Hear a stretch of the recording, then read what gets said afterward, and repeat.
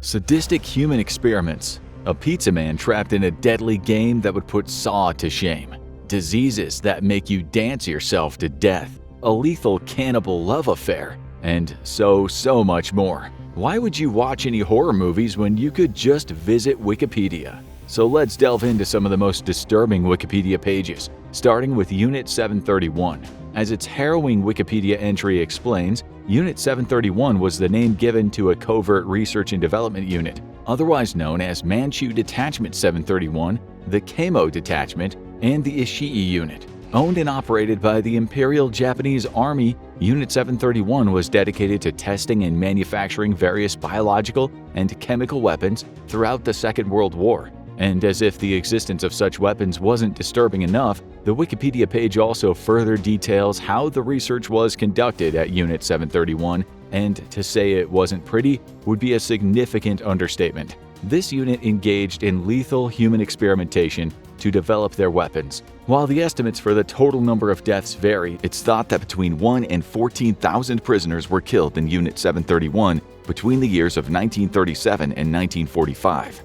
A further 300,000 are thought to have been killed by infectious diseases caused by the experiments and activities of Unit 731, with as many as 400,000 dying as a direct result of biological warfare using the weapons this unit developed by testing on living people. Victims included kidnapped men, women, and children, with the majority being Chinese prisoners captured as a result of the Second Sino-Japanese War. The conflict fought between the Republic of China and the Empire of Japan as part of World War II.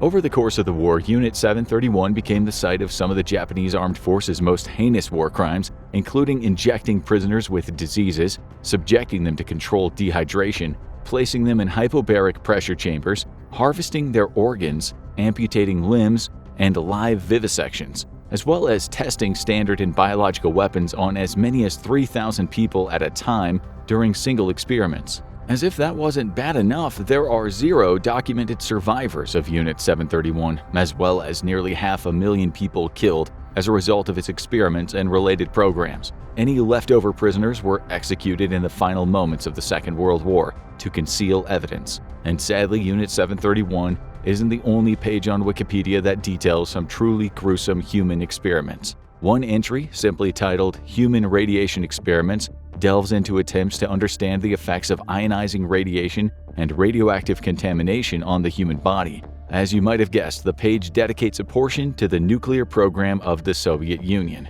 As of 1950, the Soviets had around 700,000 people participating in radiation experiments linked to the program, around 50% of whom were taken from their forced labor camps or gulags. Prisoners were also used to mine radioactive ore. However, a lot of the information about the scale and severity of the Soviet Union's human radiation experiments is still classified under the Russian government. But a considerably longer section of the article details the human radiation experiments conducted by none other than the good old US of A, many of which are actually funded by various government agencies, including the US Department of Defense, the US Atomic Energy Commission, and the US Public Health Service. According to over 1.5 million pages of classified reports uncovered by the Advisory Committee on Human Radiation Experiments, the Atomic Energy Commission had sponsored numerous tests since the 40s that involved secretly injecting terminally ill patients in American hospitals with varying amounts of plutonium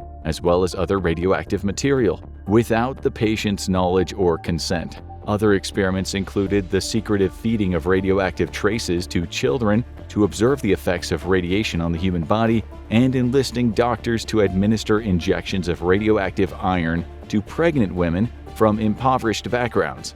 During the Cold War, both United States soldiers and prisoners were exposed to high levels of radiation, as well as the latter group having, well, certain parts of them irradiated, which led to severe birth defects in their future children. Some of these U.S. radiation experiments even went as far as to exhume dead bodies to test them for radioactivity without the consent of the families of the deceased. If you ever want to get really disgusted over a total lack of ethics and morality on a huge scale, then this Wikipedia entry will have you wondering if anything you've ever eaten or drank was actually laced with deadly radiation. But there's another article linked at the bottom of the previous one that might also catch your eye, since how could it not? with a name like unethical human experimentation in the United States. That's right, the ways in which the US has conducted experiments on human test subjects are so varied that it has its own Wikipedia page. Throughout American history, there have been numerous documented cases of scientific experiments carried out on human test subjects,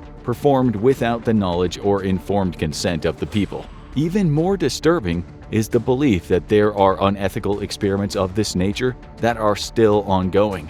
Among the earliest examples listed in the Wikipedia entry detailing this gruesome practice is the mention of J. Marion Sims, often referred to as the father of gynecology. Between the years of 1845 and 1849, Sims performed surgical experiments on women from Africa who had been sold into slavery in the U.S. as part of the transatlantic slave trade.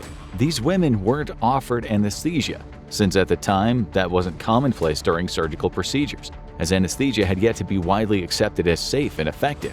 One woman was operated on by Sims 30 times and suffered infections from the multiple failed surgeries. The article cites further gruesome examples of experimentation on human beings by the United States, some carried out by doctors who viewed terminally ill patients as research opportunities instead of people, and others that were endeavors sponsored by agencies within the U.S. government, despite violating United States law. The Centers for Disease Control, the United States military, and the Central Intelligence Agency have all had their hands in secretive human research programs, as have private corporations, of course, especially those with close ties to military activity. Other experiments include exposing human test subjects to chemical or biological weapons without their knowledge and infecting unwitting patients with fatal diseases. The aforementioned human radiation experiments also get a whole section of the article dedicated to them, as do other haphazard surgical experiments from the 1840s to as recent as the 60s. There are the infamous interrogation and torture experiments and tests involving mind-altering substances that the U.S. government sanctioned during the Cold War, such as various projects to develop a truth serum, and of course the CIA's infamous mind control project MKUltra. Of this whole wide and grisly variety of human experiments, the Wikipedia page also highlights an alarming consistency. Despite the various fields and absurd methods used, many of those experiments were performed on children, as well as other vulnerable people, including those suffering from mental disabilities and illnesses, who were often involved in these tests under the false pretense of being offered medical treatment. In many of these unethical experiments, the subjects were also either from poorer economic backgrounds, members of racial minorities, or prisoners. Oh, and as if all that wasn't already horrible enough, then it's also worth noting that even the human experimentation the US government has had a hand in was carried out without any authorization or oversight from Congress. In fact, in most of the cases cited in the article, the public didn't even learn about these experiments until the details of them were released, some decades after the horrific testing had been performed. Next up is an article with the relatively unassuming name 1985 Move Bombing. But what you'll see is that it is well placed on the disturbing list due to its description of the lengths to which people are capable of dehumanizing their fellow human beings and subjecting them to abject cruelty.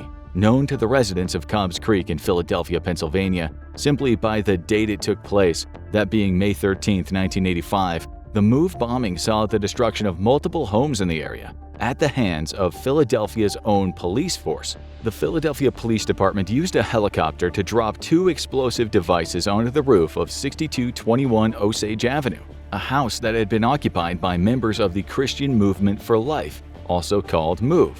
MOVE was a communal organization that formed as a part of the Black Liberation Movement, a branch of the civil rights movement that demanded more immediate action being taken against white supremacy in America. In the years leading up to the bombing, members of MOVE had relocated to the Cobbs Creek area of West Philadelphia. Their arrival was almost immediately met with complaints by neighbors to the police in the city. Some reported confrontations with MOVE or took issue with a bullhorn that the group used to make announcements and give political messages. This same bullhorn was broken and inoperable 3 weeks before the fateful night of May 13, 1985. Having obtained arrest warrants and charged multiple MOVE members with crimes such as parole violations, contempt of court, illegal possession of firearms, and making terrorist threats, the mayor of Philadelphia and the city police commissioner classified the group as a terrorist organization. Police then evacuated other residents from the area and then attempted to forcibly enter the house to arrest the MOVE occupants. When they refused to comply with the police's demands,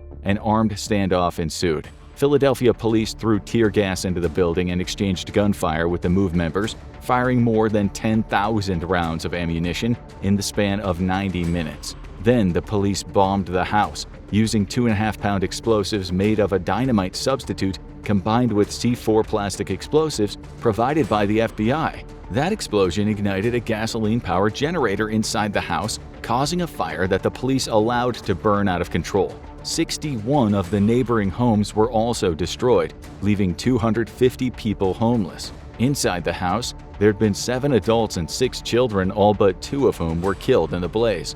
One of them was John Africa, the founder of MOVE, and a bunch of other unfortunate members. Only 1 child and 1 adult survived. A later federal court lawsuit filed against the city of Philadelphia determined that this was a use of excessive force by the Philadelphia Police Department that violated constitutional protections against unreasonable search and seizure. There are disturbing moments in history, disturbing acts perpetrated against other human beings. But once every few centuries, there comes a figure whose entire life and even their very nature is in and of itself disturbing. Allow us to introduce you to the Wikipedia article on Terrer.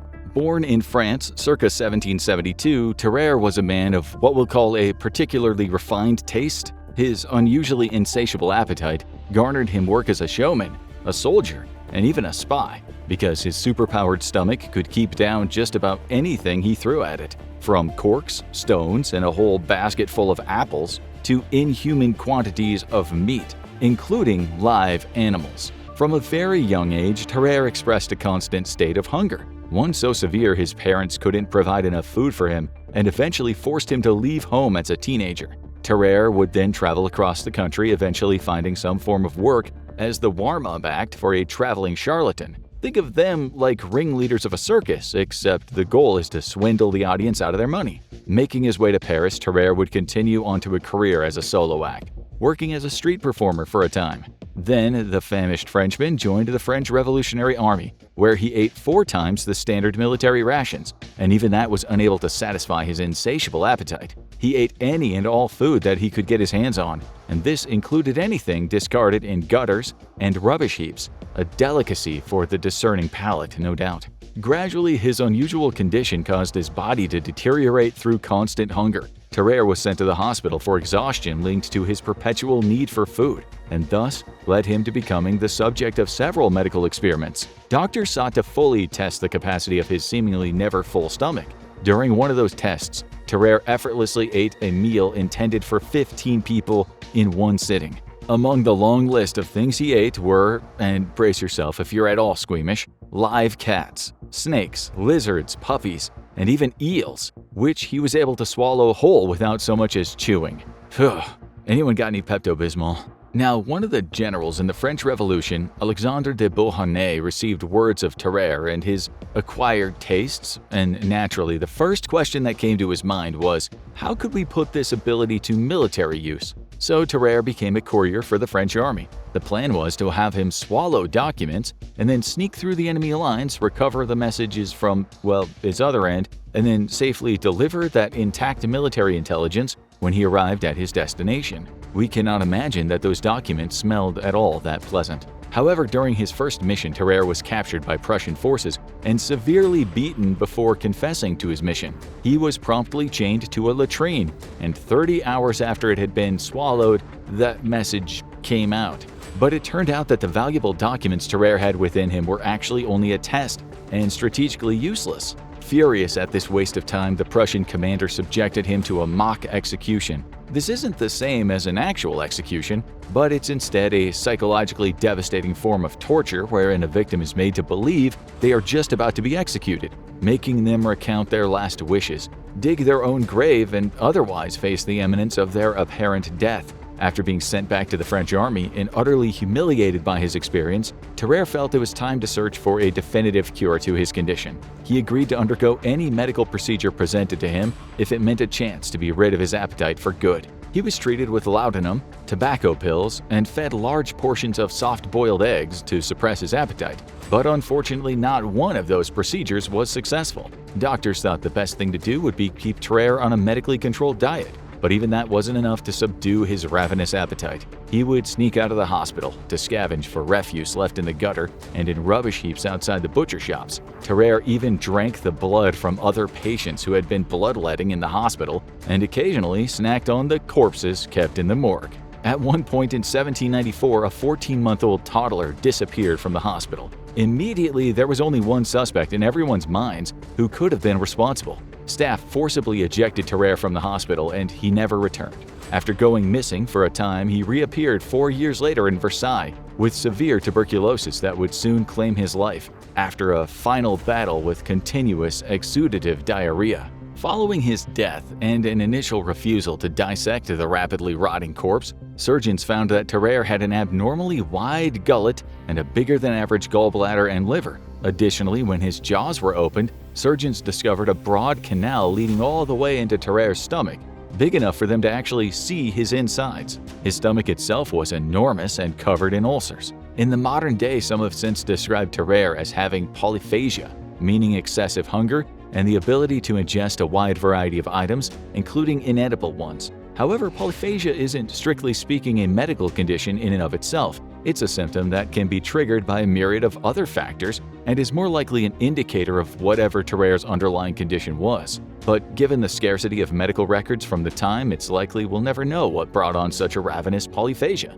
whether it was the result of a stressful life and poor living conditions, or even an extreme case of an undocumented form of genetic disorder that has yet to be seen in a patient since. But as it just so happens, Terrer isn't the only disturbing page on Wikipedia that revolves around someone with pretty unusual eating habits. Fans of Hannibal will like this one. The rest of you, well, maybe don't watch right after eating or on an empty stomach. Back in 2023, the former home of a man named Armin Maives was burned down. According to his Wikipedia page, 2 juvenile suspects were under investigation for what was thought to be an act of arson, but no one was ever arrested. At least at the time this video was written. Now, nobody was hurt in the incident. In fact, Maives no longer lived in the house because he'd been incarcerated since 2004. So just who the heck is Armin Maives? Well, look no further than his Wikipedia page. Formerly a computer repair technician, Armin Maives would garner the international morbid curiosity of thousands when he murdered and ate another human being. Oh, but just you wait, the story gets even wilder and far more disturbed than that. Back in 2001, Maives made a post on an online forum advertising that he was looking for a well-built man between 18 and 25 years old. Well, that might sound like criteria for someone's online dating pool. Not many of those come with such an upfront stipulation. You see, Armin Maives wasn't interested in dating anyone. He was looking for someone who would willingly volunteer to be slaughtered and then consumed. And not in a fun way either. There were a number of responses, many of whom probably thought the solicitation was a dark joke and who responded expecting it to be such. However, any potential applicants backed out when they realized that wasn't a joke at all. Despite the disturbing proposition, Maives was shockingly brazen, upfront, and open about his intentions, never once even attempting to pressure anyone into doing anything they didn't want to. Then, in March 2001, a 43-year-old man from Berlin, Bernd Jürgen Armando Brandes, replied to the advertisement with genuine interest. The pair met pretty soon after, in Maives' home in the small town of Wüstefeld, Germany. Maives and Brandes filmed the entire encounter, including the agreement in which Brandes consented to be killed and eaten. The video has never been made public, and descriptions of its contents aren't something we can describe in too much detail here on YouTube without risking demonetization. But what we do know is after Brandes had taken 20 sleeping pills and chased it down with a whole bottle of cough syrup, he insisted that Maives bite off part of his body. When that didn't work, Maives switched the tact to using a knife, which did the trick. The pair of them both tried to eat the removed piece raw, but after finding it far too chewy, yes, Maives even described it as such, it was fried in a pan with salt, pepper, garlic, and wine, and cooked in some fat that Brandes himself provided. But then the flesh was too burned to be consumed, and it was instead fed to Maives' dog. After letting Brandes bleed in the bath until he lost consciousness, Maives then stabbed his volunteer and victim in the throat. Over the next 10 months, he would dismember and eat what was left of Brandes' corpse, storing the body in the freezer and eating up to 44 pounds worth of human flesh. If there's ever been a story that could put us off of leftovers, it's that one. Once Maifez was discovered to have body parts and the incriminating videotape in his home, he was arrested in 2002. His actions led to him being known by some as the Rothenburg Cannibal, or Der Metzgermeister, which roughly translates to the Master Butcher in English. He was convicted of manslaughter and sentenced to 8.5 years in prison in 2004 until a retrial 2 years later upped his conviction to murder and his sentence to life imprisonment. The house that was burned down in April 2023 was the same one where Maifez had eaten Brandes' body. Interestingly, before he was sentenced to prison, Maifez was deemed still fit to stand trial, despite a diagnosis of schizoid personality disorder. This is a personality disorder that tends to present itself as a lack of interest in social relationships, emotional detachment, and a tendency to prefer a solitary, sheltered lifestyle. And if you were to, say, fall down a rabbit hole looking through Wikipedia articles about other psychiatric conditions, then you might stumble across our next entry in the most disturbing Wikipedia pages we could find, entitled Mass Psychogenic Illness. Now, you might have heard of this before by the name of mass hysteria, but mass psychogenic illness more widely refers to any instance where symptoms of an illness spread without a clear infectious agent being responsible. Symptoms can start from a disturbance in the nervous system and then spread rapidly to affect a cohesive group of people. This is all caused by external factors without any organic basis for them. For example, a population undergoing mass psychogenic illness might all quickly start developing headaches. That's one of the most common symptoms, despite all being healthy and having nothing about their bodies that should be currently causing them all to experience the headaches. Other symptoms of the mass psychogenic illness included dizziness, nausea, abdominal pain, coughing, fatigue, and many other symptoms. Outbreaks of mass hysteria can affect nearly everyone, although they are thought to be particularly prevalent in children and adolescents. But no one person is any more or less predisposed to mass psychogenic illness, and these symptoms can manifest in anyone under the right circumstances. Even more unsettling than the idea that this can happen almost any time to anybody is the fact that mass psychogenic illness is thought to have existed since as far back as the Middle Ages. Dancing manias, a widespread phenomenon that occurred all across mainland Europe between the 14th and 17th centuries, were thought to have been the result of mass psychogenic illness. One case that took place in 1974 saw school children in Barry, Alabama afflicted with episodes of recurring itches after rumors among students sparked fears about a poison gas attack. Back in October 2001, directly after the 2001 anthrax attacks in the US, there were over 2,300 false alarms from people reportedly suffering from the physical symptoms of anthrax exposure, despite having never come into contact with the infection. There's naturally something disturbing about developing unusual symptoms, seemingly without any biological cause. And there can be something equally disturbing, if admittedly a little morbidly funny, about people who have died unusual deaths. Luckily, Wikipedia has a whole article dedicated to extremely rare and sometimes completely unique causes of death recorded throughout history. List of unusual deaths. Some of the earliest examples date as far back as the days of ancient Egypt and ancient Greece. Take Menes, an Egyptian pharaoh responsible for unifying Upper and Lower Egypt, who in 3200 BC was kidnapped and killed by a hippopotamus. Seems like Oscar Isaac was onto something with that song of his. Or how about the Athenian lawmaker who was killed in 620 BC as a result of being just too darn popular? Oh, tell me about it. Hard as it is to believe, Draco of Athens was supposedly smothered to death when he was buried in a shower of hats and cloaks thrown at him by the appreciative citizens of Aegina in Greece. But the more you look at the long, and we mean long, list of unusual deaths detailed in this Wikipedia article, the more you start to come across ones that aren't just absurd but far more unsettling than the others. Jumping way down the list to the 19th century, there's the likes of Matilda of Austria. Every teen has a rebellious phase, sure, but when your father is the Archduke Albrecht, Duke of Teschen, then you can't exactly be breaking social norms. Still, on the 6th of June, 1897, Matilda had been smoking when all of a sudden she heard her father returning home. Desperate to hide her bad habit from her aristocratic old man who had forbidden her to smoke, in her panic, Matilda accidentally set fire to her own dress. The resulting fire claimed her life. Smoking kills, folks. Arguably one of the more unsettling, frightening deaths from this era came in August 1888, when an unknown man in Iraq suffered an almost statistically impossible end. Around 8:30, over a village in Sulaymaniyah, Iraq, which was part of the Ottoman Empire at the time, a shower of meteorites came raining down from above. Although far from being an apocalyptic Armageddon-style shower of burning rocks and devastation, one unidentified man was struck and killed by a falling meteor, with another being hit and permanently paralyzed. It's a disturbing reminder that while your chances of being killed by a meteor are low, it turns out they're never quite zero. Once again, scrolling our way even further through the history of strange deaths, we come to the 18th of August 1960.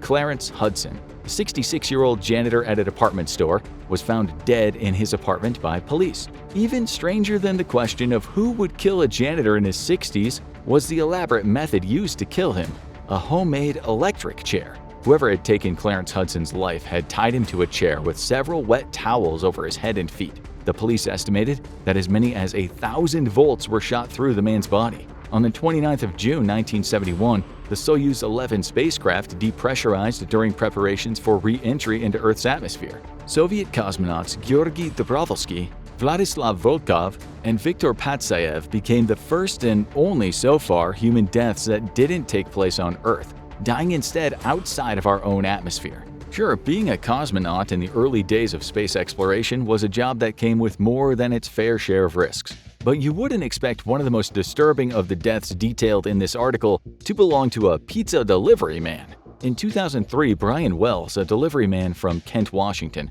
attempted to rob a bank by having a bomb collar locked around his neck. The contraption consisted of 2 pipe bombs and a hinged collar, almost like a large handcuff, as well as a couple of kitchen timers and even decoy wires to avoid it being disconnected. Co-conspirators allegedly told Wells that the bomb was a fake, but he was killed when the collar detonated. In June 2022, a woman named Maya Murmu was trampled to death in Oshita, India, by an elephant. Maybe an uncommon cause of death, sure, but hardly unwarranted. Elephants are huge wild animals and easily startled, of course. But what was so strange about this incident was what happened at Maya's funeral. The same elephant reportedly came back to find her lifeless body, attacking the corpse and hurling it into the air. Even as recently as 2023, Adam Johnson, a 29-year-old member of an English professional ice hockey team, the Nottingham Panthers, died during a game against the rivals Sheffield Steelers. Falling over on the ice, Adam was killed when an ice skate cut open his neck. Oh, and as if this list of human deaths wasn't disturbing enough for you, the list of unusual deaths on Wikipedia has an entirely separate table dedicated to strange animal deaths too, just in case you felt like really ruining your day. But if you want to do that, then we might just have the disturbing Wikipedia page for you.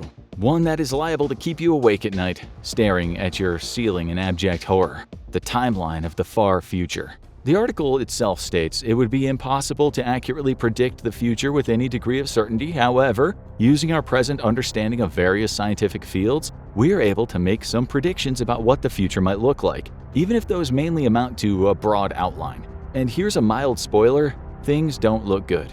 What is so unsettling and disturbing about reading through the timeline of the far future is how horrifying it is. Few other articles on Wikipedia really hammer home just how tiny humanity is compared to the wide expanse of the universe, even the lifetime of the Earth itself. Most projections indicate that humanity will be long gone, as in extinct, before the sun expands, or radioactive decay eventually disintegrates all matter in the universe. Take this, for example. 10,000 years from now is considered the most probable lifespan for human technological civilization. That might sound like a lot, but get this, according to the predictions on this timeline, it'll take 1.2 billion years for all plant life to die out. Once that happens, any remaining animal life on Earth will be cooked by rising temperatures. Do you want to feel even more of that cosmic existential dread? Try to imagine how unfathomable a billion of anything is. Well, guess what? The predictions in this timeline go so far that the time frame stops being measured in recognizable numbers. Billions and trillions become quadrillions, quintillions, even unvigintillions, and novemvigintillions. That's a 1 followed by 90 zeros, and so on. The most disturbing part about this timeline of the far future isn't just its predictions, it's the way it reminds you just how tiny we really are. Thanks, Wikipedia. Going on the internet can be an overwhelming experience, and there's a good reason why. A Netcraft web server survey taken in January 2018 revealed that there are over 1.8 billion websites on the internet. Of course, your purpose for going on the internet narrows down the number of websites you'll actually visit. Some people go on the internet to look for employment. while others are online retailers or students trying to write a research paper. And then there are people who are looking for something different outside of the realm of the ordinary. What are some websites that can satisfy the need to see something bizarre, strange, or even frightening? That's what we'll explore today in this episode of the Infographic Show, Top 10 Creepiest Internet Websites. Number 10, theoccultmuseum.com. The Occult Museum is a fairly new website that is packed with creepy content. Started in 2015, the website states that it is dedicated to collecting the strange, macabre, and the supernatural. It covers a wide variety of paranormal topics, including haunted places, supernatural destinations, and mythic monsters. It also features true crime articles about topics such as serial killers, unsolved crimes, and mysterious disappearances. In addition, the Occult Museum shares true stories submitted by readers. Some of them are ghost stories and urban legends, but others are first-hand accounts of strange, unexplained, and/or disturbing events experienced by people such as doctors, 911 operators, truckers, and morticians. Number 9, theblackvault.com. According to its Facebook page, the Black Vault is a massive research center archiving what the US government is trying to hide from you. Its creator, John Greenwald Jr., has compiled an extensive database of declassified documents from the FBI, CIA, and other US government organizations with secret information.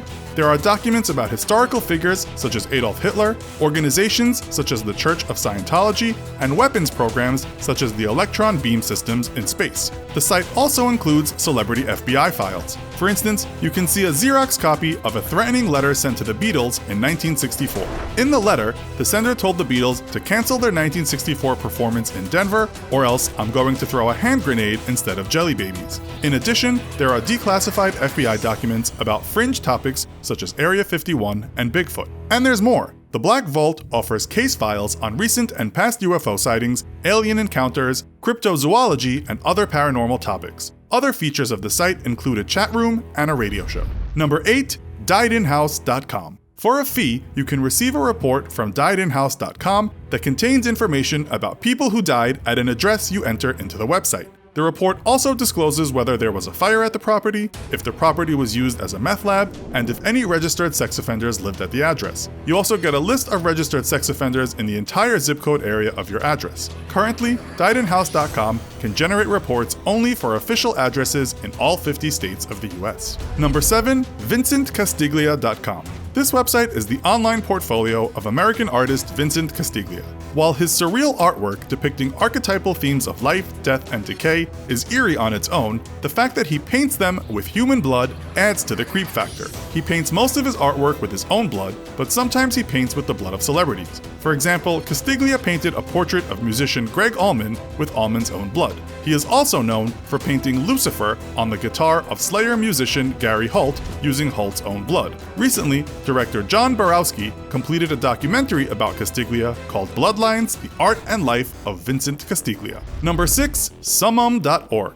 Summum is a religion that incorporates some ancient Egyptian practices and the laws of the Hebrew prophet Moses. The followers of this religion set up a non-profit organization offering Egyptian mummification services. They will mummify you even if you do not believe in Summum. Summum.org provides more information about the procedure used to preserve your body, which is, bad pun intended, shrouded in mystery. You actually have to have your body shipped to their site in Salt Lake City, Utah, in order for them to perform the mummification. They even warn you that once your body is received by Summum, no family member or any other person will be able to see your body again. This is because they want to work without interference from anyone else. The process can take several months or longer. When they are done mummifying you, you are sealed up in a mummiform, a custom-made art form casket or a traditional casket before you are shipped back to a final resting place of your choice. They also mummify pets. The high cost of their mummification services will probably scare more people than the mummification process. The cost of human mummification starts at $67,000. The website does not specify whether or not this includes the price of a mummiform or casket, and you can't use just any old casket. Summum requires a full couch 48-ounce bronze or full couch stainless steel casket. Pet mummification can range between $7,000 to more than $100,000. Number 5, Funker530.com. This is the website of a military veteran organization. According to its Patreon page, the purpose of Funker530.com is to bring the public an unfiltered view into conflicts unfolding around the globe. While it features some news and entertainment stories, the primary content of Funker530.com is combat footage taken in Afghanistan, Iraq, and a few other countries. There are also videos of other types of shocking incidents that happen around the world, such as security camera footage of a grenade attack in a Ukrainian nightclub. Whether captured on or off the battlefield, the footage in these videos is disturbing and filled with graphic violence. At one point, YouTube threatened to delete the Funker530.com YouTube channel and most of its combat footage due to the controversial nature of the content. The Funker530 channel is still up and running, at least for now, and the Funker530.com website will be available if its channel is taken down. Number 4. Supernaut.com. This website features an extensive collection of murder memorabilia from well-known and lesser-known serial killers, cannibals, and female killers. Some items are fairly mundane, such as letters and Christmas cards sent from prison and prison photos, but others are more creepy. For instance, you can buy a victim morgue photo for $12. This website is even selling a pair of boxer shorts that Charles Manson wore in prison for $3,500 and dentures that he wore in prison for $50,000. These items are disturbing not only because of who owned them, but also because of the fact that someone is profiting from the suffering and death of people who are murdered. Number 3. Skywaybridge.com. Despite its cheery name, the Sunshine Skyway Bridge in Tampa Bay, Florida has a dark history. It is supposedly the 4th popular suicide bridge in the United States. The purpose of Skywaybridge.com is to track the number of people who have jumped off of this bridge. The statistics posted on the website include the number of successful suicides, possible suicides, suicide survivors, and safe jumpers. There is also a list of all known jumpers, the dates they jumped, and additional details about what happened to them. The records date back to 1954, when the original bridge first opened. It was rebuilt after an accident in 1980, but the website is updated frequently to include the latest jump attempts. In addition to data about the jumpers, the website openly tries to discourage people from jumping off of the bridge. It offers suicide prevention resources to encourage people to get help, and it includes some gruesome details from a news article about what happens to the bodies of jumpers when they hit the water. There is also the first-hand account of a fisherman who attempted to save someone who jumped off the Sunshine Skyway Bridge. The emotional trauma the fisherman suffered from his encounter with the jumper is a reminder that suicide causes pain to others besides the suicide victim. Not only did he take his life that day, he impacted mine forever. Number 2. PlaneCrashInfo.com. As its name suggests, PlaneCrashInfo.com is dedicated to providing data that will satisfy your morbid curiosity about old and new plane crashes from around the world. Its database covers plane crashes that happened between 1920 and the present. You can find out such grim statistics as how many fatalities happened aboard the plane and on the ground. Plane crash accident scene photos are also included. There are some special features on the website as well. For example, find out about famous people who died in plane crashes and details about the plane accidents that killed them. If you can't get enough plane crash information, there are links to plane accident report databases in Australia, Brazil, USA, and a few other countries. Perhaps the most creepy aspect of this website is its last words page. Here you will find cockpit voice recordings and transcripts from plane flights that crashed. You get to hear and or read what was said before final impact. Some of the recordings are more disturbing than others, particularly the CVRs of those who knew they were going to die. And finally, number 1, archive.org, the Jonestown Death Tape.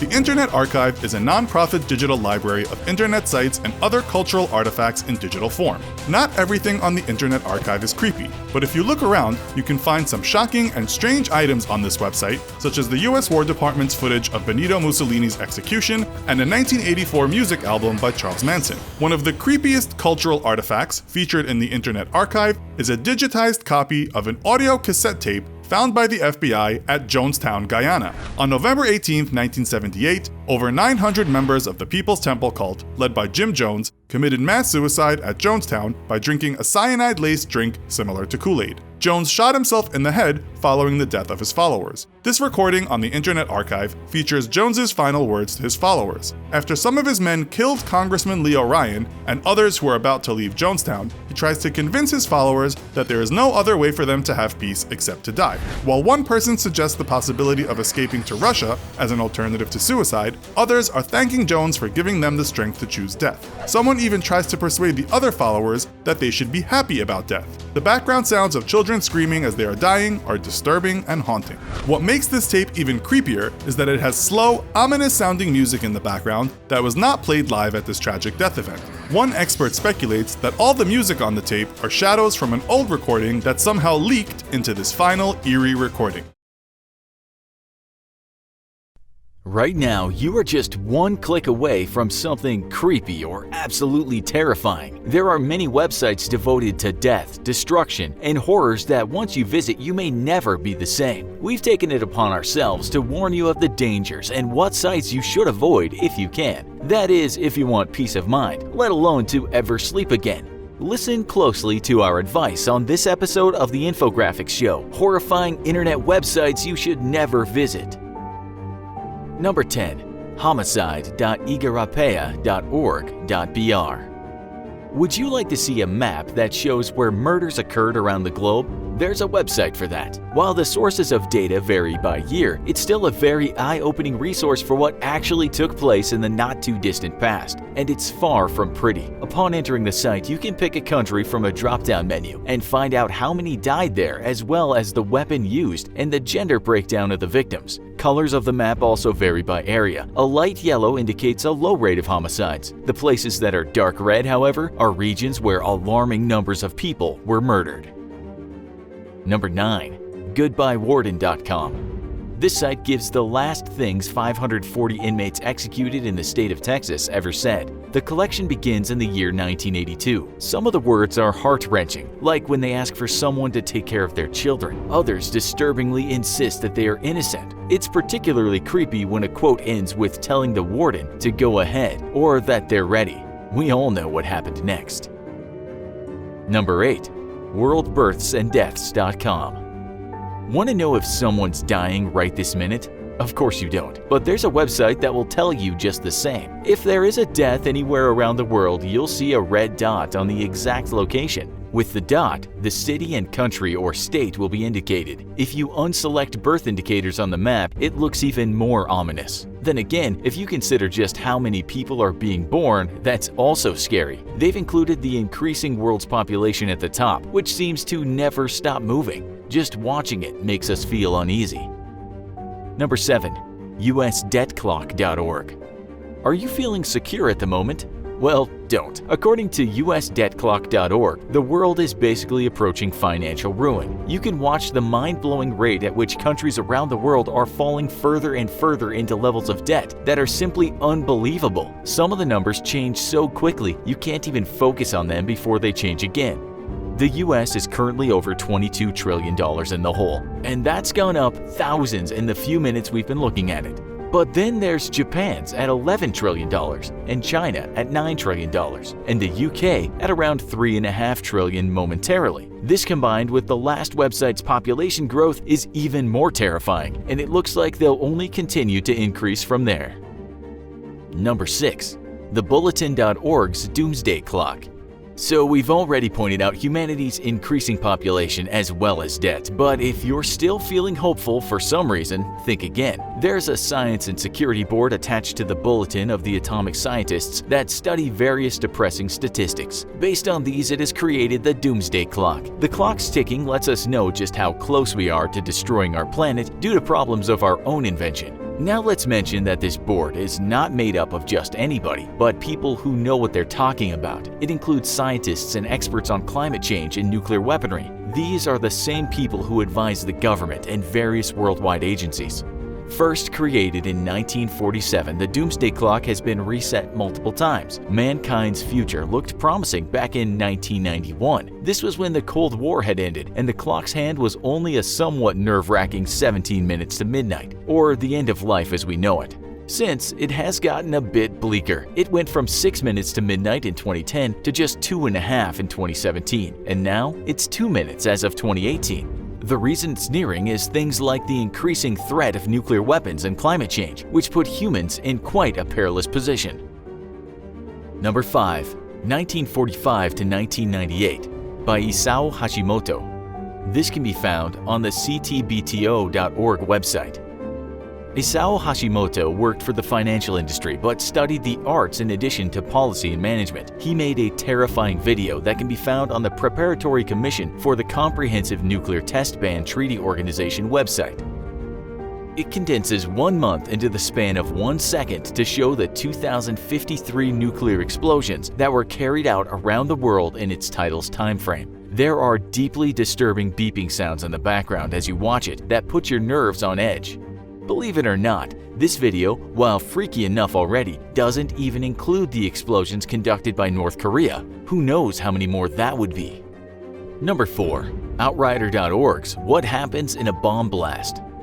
If our last website didn't hit close enough to home, we have an even freakier one for you here. When you go to the Outrider.org website and click on the Nuclear Weapons Challenge and then on the question, What happens in a bomb blast?, you'll get some seriously scary information. Select the Use My Location button on the following screen and you'll discover what exactly would take place if a nuclear bomb detonated right where you are sitting. How's that for comforting? First, you'll see a map with the pinpointed site and a red, orange, and yellow burst will radiate from it. It will then list the number of projected fatalities and injuries if a real nuclear bomb were to have exploded. If you decide to explore the blast effects, you'll also see how large of an area the fireball, radiation, shockwave, and heat will impact. Number 3. exitmundi.nl/exitmundi.htm. Believe it or not, there are so many more ways the world could end than by nuclear catastrophe. Many different scenarios are available for you to select from on the Exit Mundi website. For example, if you select the Whammo option, you can read in detail about what would happen in the event of a large space rock coming into contact with our planet. In this description, it even mentions how in 1998 we were almost hit by a huge comet that wasn't even noticed until it had already passed. That's right, since it was coming head-on and at us directly, it looked like a tiny little spot and not a huge moving object going left to right or right to left. We recommend not going to this website at any time, but especially not at night. Number 2. Rare unedited recordings of the 67 exorcisms of Anneliese Michel on midnightinthedesert.com. So far, we've discussed things that either are or could be happening to us or our planet. But we're telling you right now, there's something even more scary and disturbing in otherworldly things. Take, for example, the recordings of a woman who many believe was possessed by demons, and you can listen to her horrifying screams during her exorcisms. She had 67 of these recordings. There are approximately an hour and a half of these disturbing audio recordings. True, they are mostly in German, but you don't have to understand what's being said to be scarred for life by her inhuman screaming. Number 1. krishta.shid.com/webcam.htm. Don't believe in ghosts? Well, there's a way to prove yourself wrong with this live cam link, supposedly set up in the catacombs of Paris. This is where the bones of millions were moved from graveyards starting in 1786. In other words, if there's a place with a high chance of spotting a ghost, this would absolutely be it. Looking at the screen, you can clearly see what appears to be a dark tunnel with graffiti on the wall. It claims that you'll be able to view people walking around from time to time and asks that if you are such a tourist and spot the camera, to give it a wave. Since there are literally hundreds of miles of tunnels, though approximately a mile is open to the public, finding it will be no easy task. And a view in the dead of night might just show some kind of spirit waving instead. And really, ghost or not, how freaky is it that you're peering into the catacombs of Paris?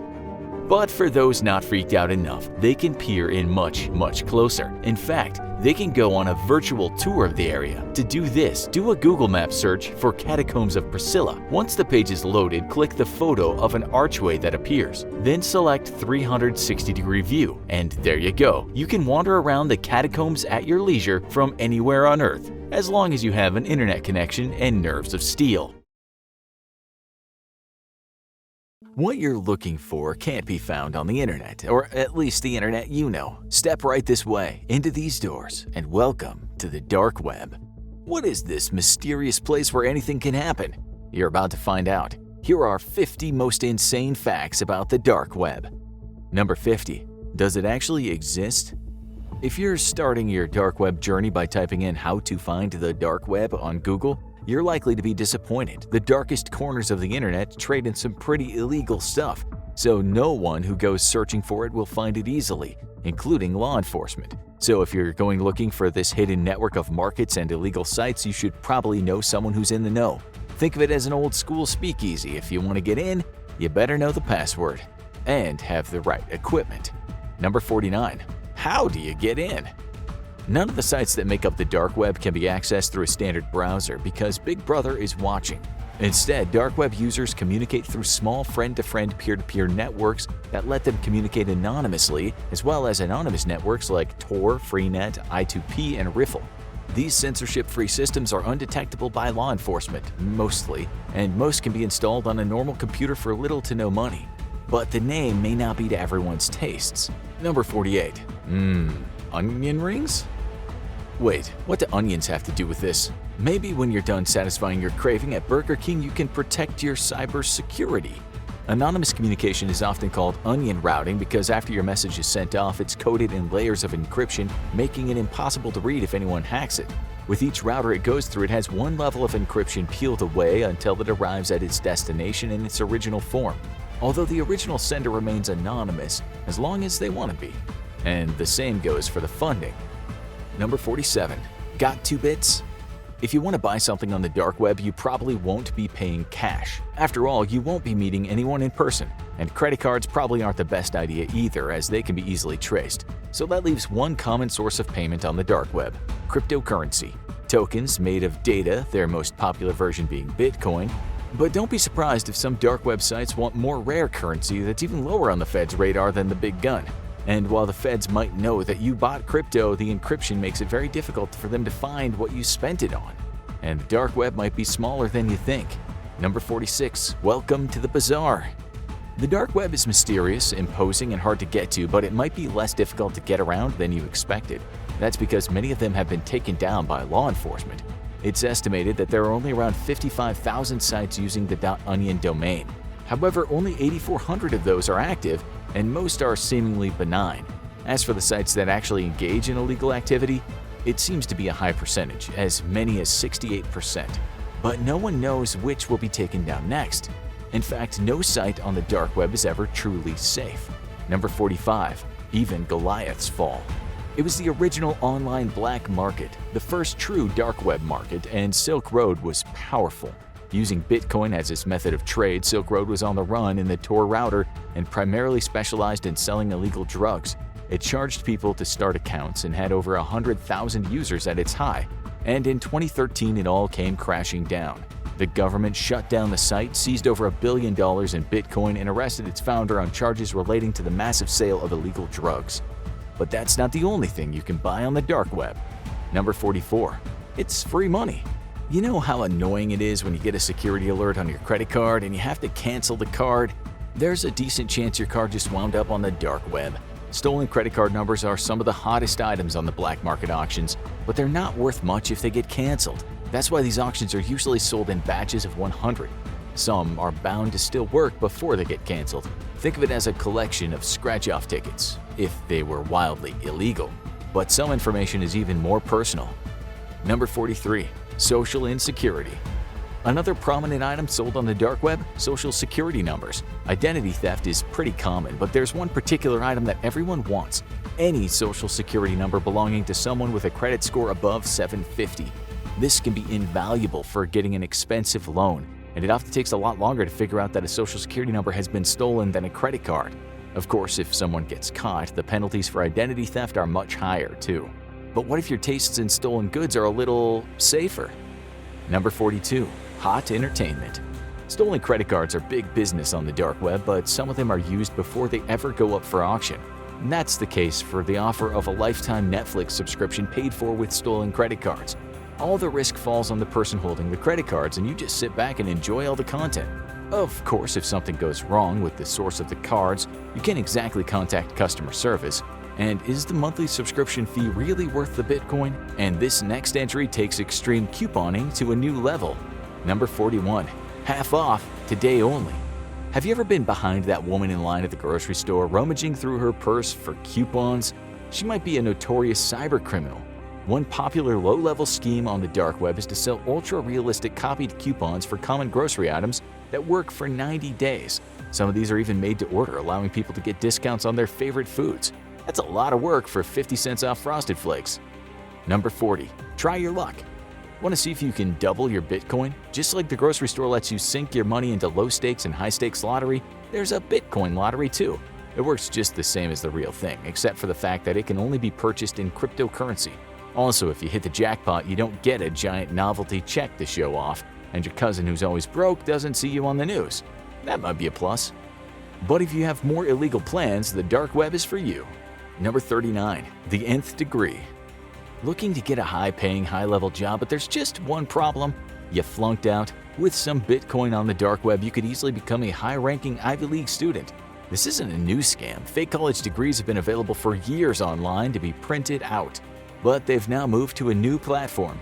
Getting fake college transcripts for a background check is trickier, but it has been offered. Will this pass the smell test for your would-be employer, or will it just be a conversation piece on the wall? That's not the seller's problem. And if you want to pull off the perfect crime, you might need the perfect gear. Number 38. Mask up. Masks are everywhere right now, but none like these. Bank robbers have been using Halloween masks to disguise their identity for a long time, but those in the know manage to get their hands on ones that provide complete anonymity. These realistic silicone masks are a much closer fit, create a realistic skin tone, and even make it easy for a bank robber to essentially change race and throw the police off the trail if they escape. Many areas have made these masks illegal as a security risk, which means there's only one place to go. You might even be able to get some gear that can't be found anywhere else. Number 37. Lights out. One dark web site in China had a unique electronic device available, claiming to be able to add credits to electronic slot machines to allow unlimited play. Jackpot! But the device actually seemed to be a lot more powerful than that. It worked as a portable EMP generator, one that was powerful enough to fry any electronic device within its vicinity. In criminal hands, it could be used to sabotage ATMs and other money-filled devices. In darker hands, it could be used to create a disaster or shut down parts of a city. Let's hope it was taken off the market. But the dark web isn't all that bad. It might even get you a new friend. Number 36. Wild Web. As Netflix Tiger King swept the internet, many people wondered, how do I start my own tiger zoo? The show probably would have talked them out of that, but the dark web is there for their worst instincts. Illegal wildlife trade has been big on the dark web since at least 2015, with listings for crocodiles, big cats, baby gorillas, and other animals. And if some users prefer their animals less lively, they can also buy illegal animal products including bear paws, African ivory, and even dog meat. But the dark web has a lot of uses besides illegal trade. Number 35. Dark news. The dark web has become a haven for people looking to get away from corporate-driven news, believing they have a partisan bias and use too much spin. That led to some dark web users creating a new news aggregate site called Soylent News. It's controlled by the users, filled with news items from around the world, and has a public discussion forum. And hey, if a crackdown is going to start on dark web markets, maybe you'll find out here first. But some surprisingly famous sites have dark web counterparts. Number 34. Bookface. Facebook. Where else are you going to go get called names by an old high school classmate over a political issue you don't care about? So what does this social media network need with a dark web mirror site? Well, for one thing, the site is blocked in many countries around the world, and the mirror site lets millions of people join in. It also allows people to use the site anonymously, and you don't have to worry about the company selling your data to whoever passes by that day. One company even created their own dark web mirror. Number 33. ProPublica Undercover. When you make powerful enemies, you need powerful protection. The nonprofit journalism site ProPublica is famous for exposing betrayals of the public trust, even when it involves revealing private documents. Because the government could crack down on them or big business could sue them, they maintain their own dark web mirror site since 2016 to ensure that their archive can't be lost, and those looking for them can always find their latest exposé.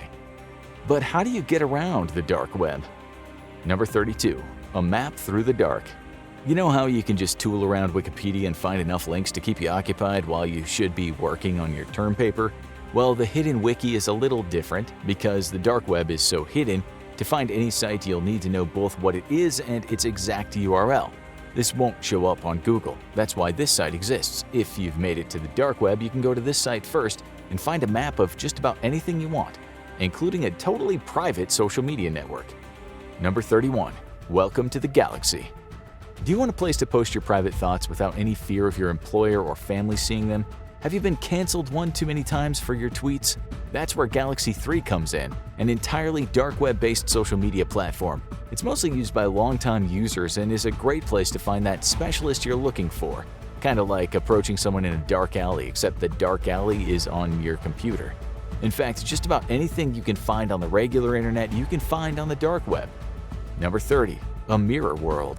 Many sites have popular dark web knockoffs, created often with the help of designers from the original site.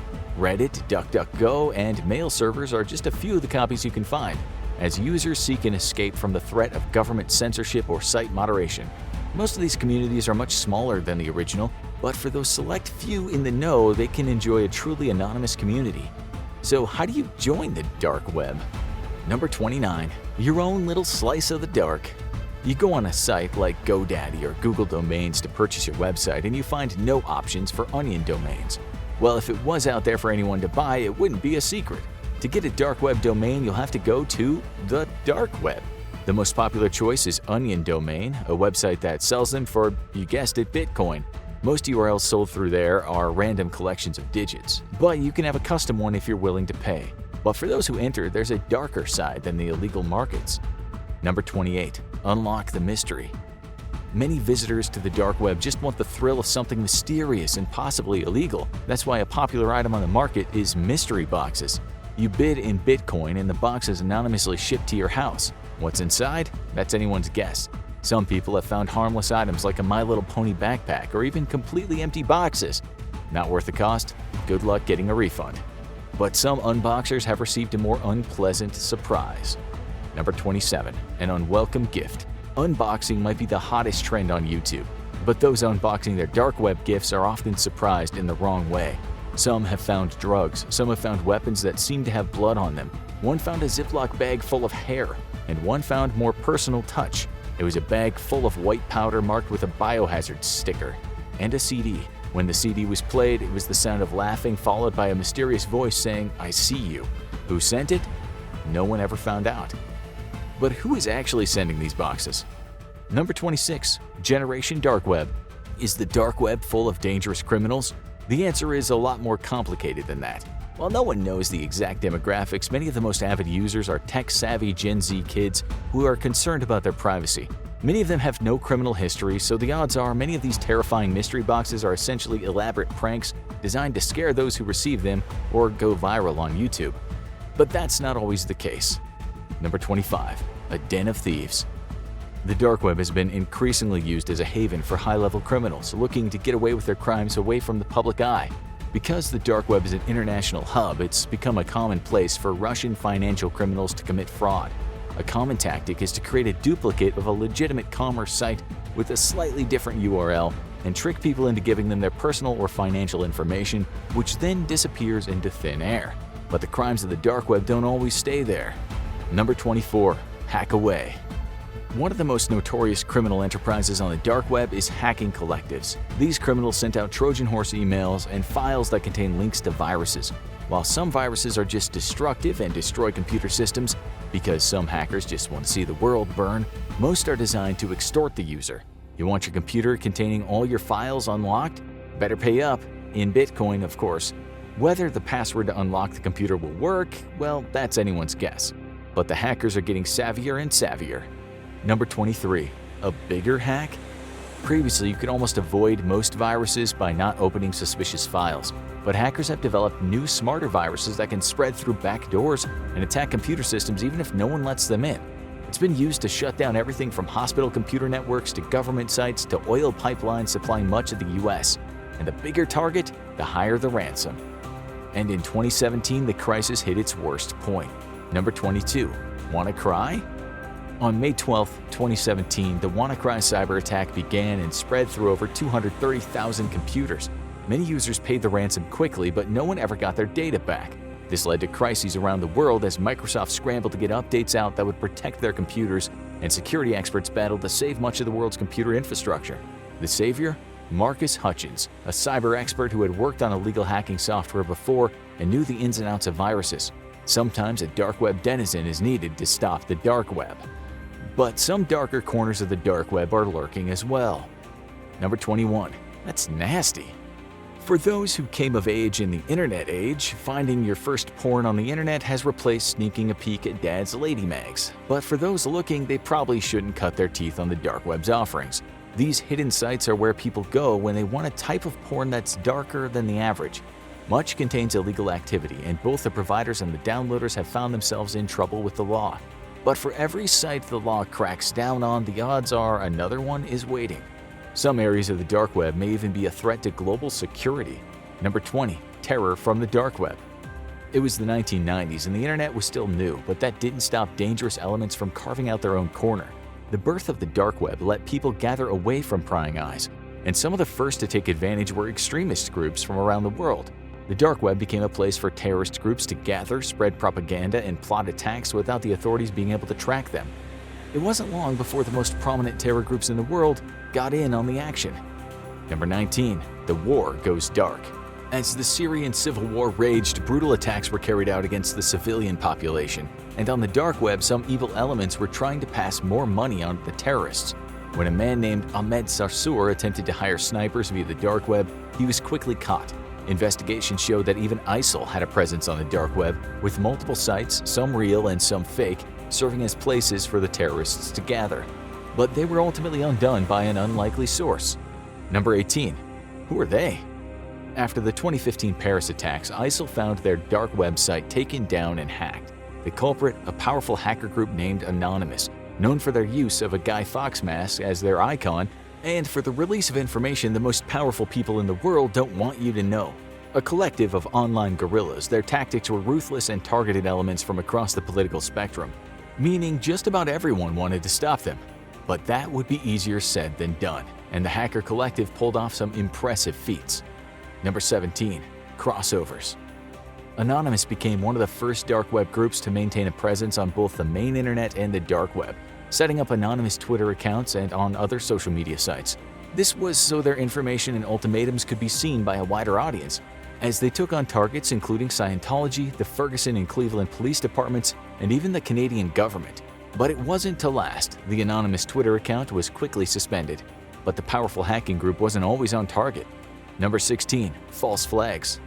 Anonymous was a large collective operation, and that meant its information was only as good as each individual member putting it out. The hacking group's reputation took a big hit during the Ferguson protests when they vowed to identify the officer involved in the shooting, and then named the wrong one. Later, they promised to reveal a list of politicians who were secretly members of the KKK, and named several who were members of religions and ethnicities who are hated by the Klan. Whoops. But their most prominent role crossed over into the world of journalism. Number 15. Welcome to WikiLeaks. WikiLeaks isn't on the dark web, it's a website anyone can visit, but no one's managed to take it down, no matter how many prominent governments would like to. Founded by the controversial Julian Assange, it specializes in posting classified documents from the highest level of governments around the world. While Assange has been provided his documents by agents within the government, most of his communications are done by the dark web. That hasn't stopped him from being wanted by multiple countries, leading him to take refuge in the embassies of friendly nations. But not all hackers have a higher purpose or political goal. Number 14. The wrong Evite. You wouldn't think Evite would be a hub for dark web activity. The social planning service has tens of millions of followers, most of which use it for organizing invites to events. But in 2019, the site was targeted in a massive security breach, and more than 10 million users had their personal information leaked. The hacker behind it had a relatively modest demand, just under $2,000 in Bitcoin, but Evite had a policy of not paying ransom to avoid encouraging hackers, and countless people's information wound up being put up for auction on the dark web. But not every dark web mystery has a criminal connection. Number 13. Dead-end mystery. It was August 2012, and around the dark web, users were finding odd clues. This was part of an augmented reality game, which combined clues on the internet that led them to locations in the real world. A combination of code scattered around multiple sites made it very hard to crack, and users went to intense lengths like driving to New York to answer a specific payphone at 3 in the morning. So what was the mystery behind this scavenger hunt? A Bitcoin treasure? Nope, it was all a promotion for a new album by the hip-hop group Death Grips. Okay, so that was sort of chaotic neutral, but the dark web has its good side too. Number 12. Checkmate. Are you interested in testing your wits but never knowing who you're playing? Feel free to step into a game of chess played exclusively on the dark web. You'll be matched against someone from anywhere in the world and will play on a simple website that looks like it could have come straight out of 1995. While sure, you could just play in real life or on an old regular website, at least here you'll never know that you just got trounced by a 6-year-old prodigy. And those cramming for a paper can say, "Thank you, dark web." Number 11. The science side. Academic papers are expensive and can quickly add up for struggling college students living on a ramen. That's why many sites have cropped up getting around those paywalls by uploading papers and textbooks to the dark web. While some are illegal piracy websites that get shut down regularly, the trend has spread, with some organizations even encouraging authors to submit their own papers for public viewing on Onion domains. And if you're a journalist looking to protect your source, the dark web is there for you. Number 10. Blown away. Being a whistleblower is a risky game. At best, you could be violating a corporate non-disclosure agreement. At worst, you could be risking jail time or even your life. That's where Secure Drop comes in. A dark website that provides open source submission. It lets journalists and sources communicate without storing any IP addresses or other data. Prominent newspapers like the Washington Post have even started using them. The dark web is going mainstream in journalism. But for every ray of light, there's a dark side. Number 9. The worst of the worst. The dark web has played host to some truly notorious criminals, and some have paid a heavy price. Vietnamese hacker Hue Minh Ngo might be one of the worst. For quantity, not quality. The identity theft expert had been running a massive operation from his home and managed to steal over 200 million people's identity information around the world. He would sell it to other hackers until the feds caught up with him, which landed him 13 years in federal prison. But that wasn't the harshest sentence any dark web criminal got. Number 8. The Kingpin. If you went through the online marketplace Silk Road in the 2000s, the odds are you heard about someone called the Dread Pirate Roberts. That would be the man better known as Ross Ulbricht, the mastermind of Silk Road. His digital black market sold millions of dollars in illegal drugs and other goods, but not weapons, as the staunch libertarian didn't believe in them. But that didn't stop him from contracting out hits on potential enemies. When his empire came crashing down, he was eventually sentenced to a double life sentence plus 40 years. But for some criminal enterprises on the dark web, they claim to go even further. Number 7. Guns for hire. Is it really possible to contract someone's death on the dark web? A lot of people think so, because you don't have to go far to find someone claiming to be an assassin for hire. The process is simple. You pay them Bitcoin, they hunt their target, and no one ever knows who hired them. But no assassinations have ever been tied to these dark web assassins, which means many people think the entire thing is a hoax. But if it is a hoax, one assassination platform took the hoax too far. Number 6. Bold-faced names. It was called the Assassination Market. Founded by a self-declared crypto-anarchist who used Tor to keep the site secret, it offered crowd-funded assassinations of prominent figures, including the President of the United States and the Chairman of the Federal Reserve. Anyone who claimed a bounty could collect however much had been raised for that assassination, but no one ever took the bait on the big names. While the site has been defunct for years, someone cashed out all the Bitcoins in 2018. But is the dark web coming after you? Number 5. The Hunters. Rumors abound of people being kidnapped and sold on the dark web, and there's truth to this. In 2019, a British model named Chloe Ayling went to Milan for a photo shoot, only to be kidnapped by 2 men who ambushed her. She was found after 4 weeks, and the plan by the men was to put her up for auction on the dark web. No one knows who intended to buy her or what their plan was, but whether people are being sold on the dark web or not, some kidnappers see it as a new revenue stream.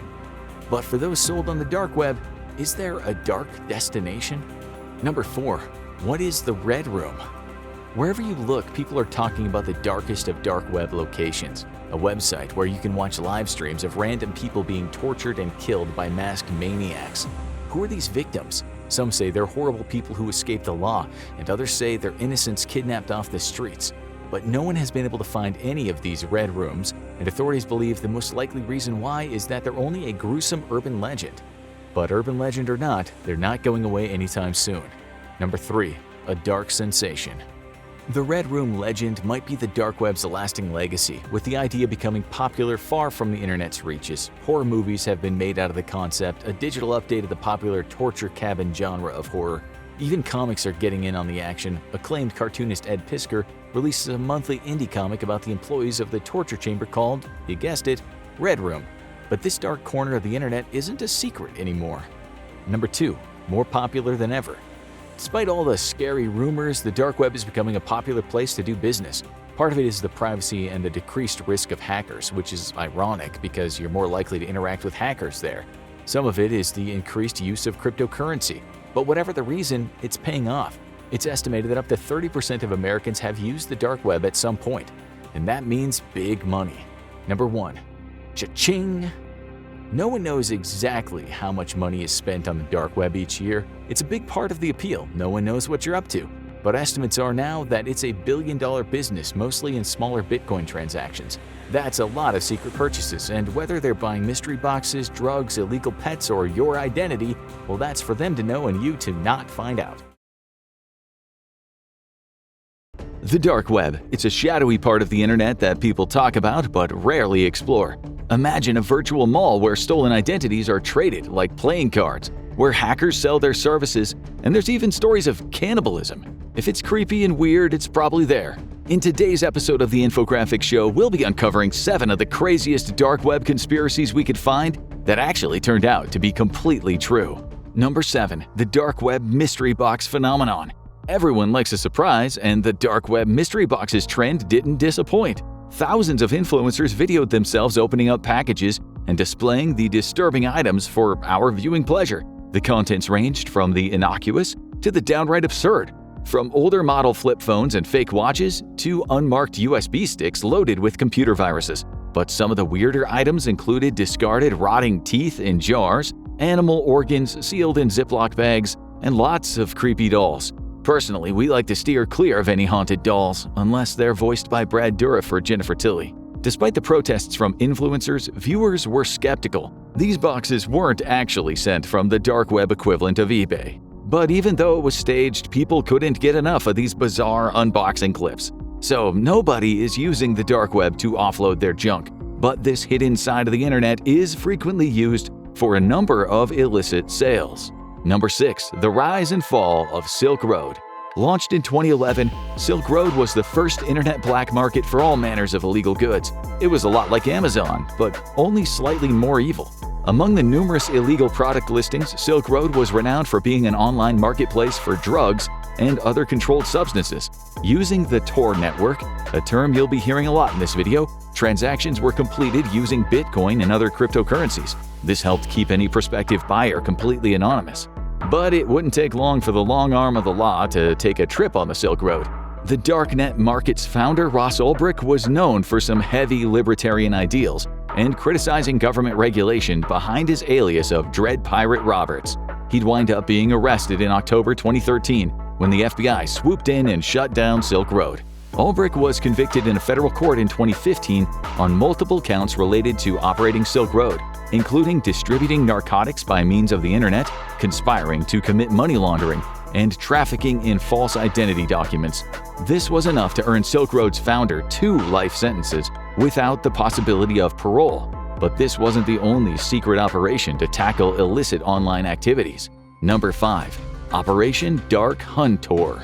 Operation Dark Hunter involved 8 different countries, including the United States, United Kingdom, the Netherlands, Italy, Germany, Switzerland, France, and Bulgaria. Its aim was to tackle the trading and trafficking of opioids and cut off the suppliers.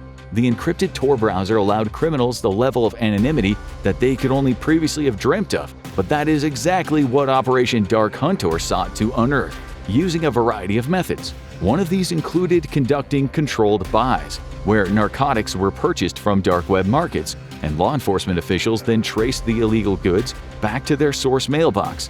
Coordinated and sophisticated technological attacks were conducted by law enforcement, deploying malware to take down sites using Tor to mask their illegal operations. But the exact technological methodology that governments used in Operation Hunter has been kept secret for now. Still, the operation successfully led to over 150 arrests of alleged dark web drug traffickers in numerous countries. Coming up, we'll explore some nefarious marketplaces. But first, number 4. Duolingo data breach. Next, it's the time that everyone's favorite language learning platform, with a not at all threatening mascot, was targeted by dark web hackers. That's right, of all the available services on the internet, Duolingo ended up in the crosshairs of some ne'er-do-wells. But it wasn't Duolingo themselves that these cyber thieves were after. It was the personal data of over 2.5 million Duolingo users. This included first and last names of users, their email addresses, along with other personal data submitted to Duolingo. It did not take long for the information to end up on the dark web, with the hackers selling all that sweet user data. How much do you think they were selling it for? That much, huh? Try going lower. No, we said lower. On the 22nd of August 2023, the data was available for the low price of $2.13. And as a try-before-you-buy special offer, the hackers would provide anyone interested with a free gift, a data sample of 1,000 of the language learning accounts at no charge. As that creepy little owl taught us, no es bueno. Number 3. Clorox cyber attack. In 2023, Clorox found themselves at the mercy of hackers. But rather than going after the customer's information, this dark web attack actually had a catastrophic impact on Clorox themselves. The company received a massive hit to its revenue and share prices after a cyber attack disrupted its supply chain. That's right, this was such a major blow to Clorox's operations that there were actual real-world implications in the form of nationwide shortages of their products, even total outages in some areas. That's always a big concern with cyber attacks like these. It's not just the risk of sensitive information becoming available on the dark web, but also the worry that attacks in the digital world will have serious ramifications in the real world. In Clorox's case, their supply chain was badly affected, and the cleanup cost around $49 million. That's a lot of bleach. It's time to grab your grocery list because we're going shopping.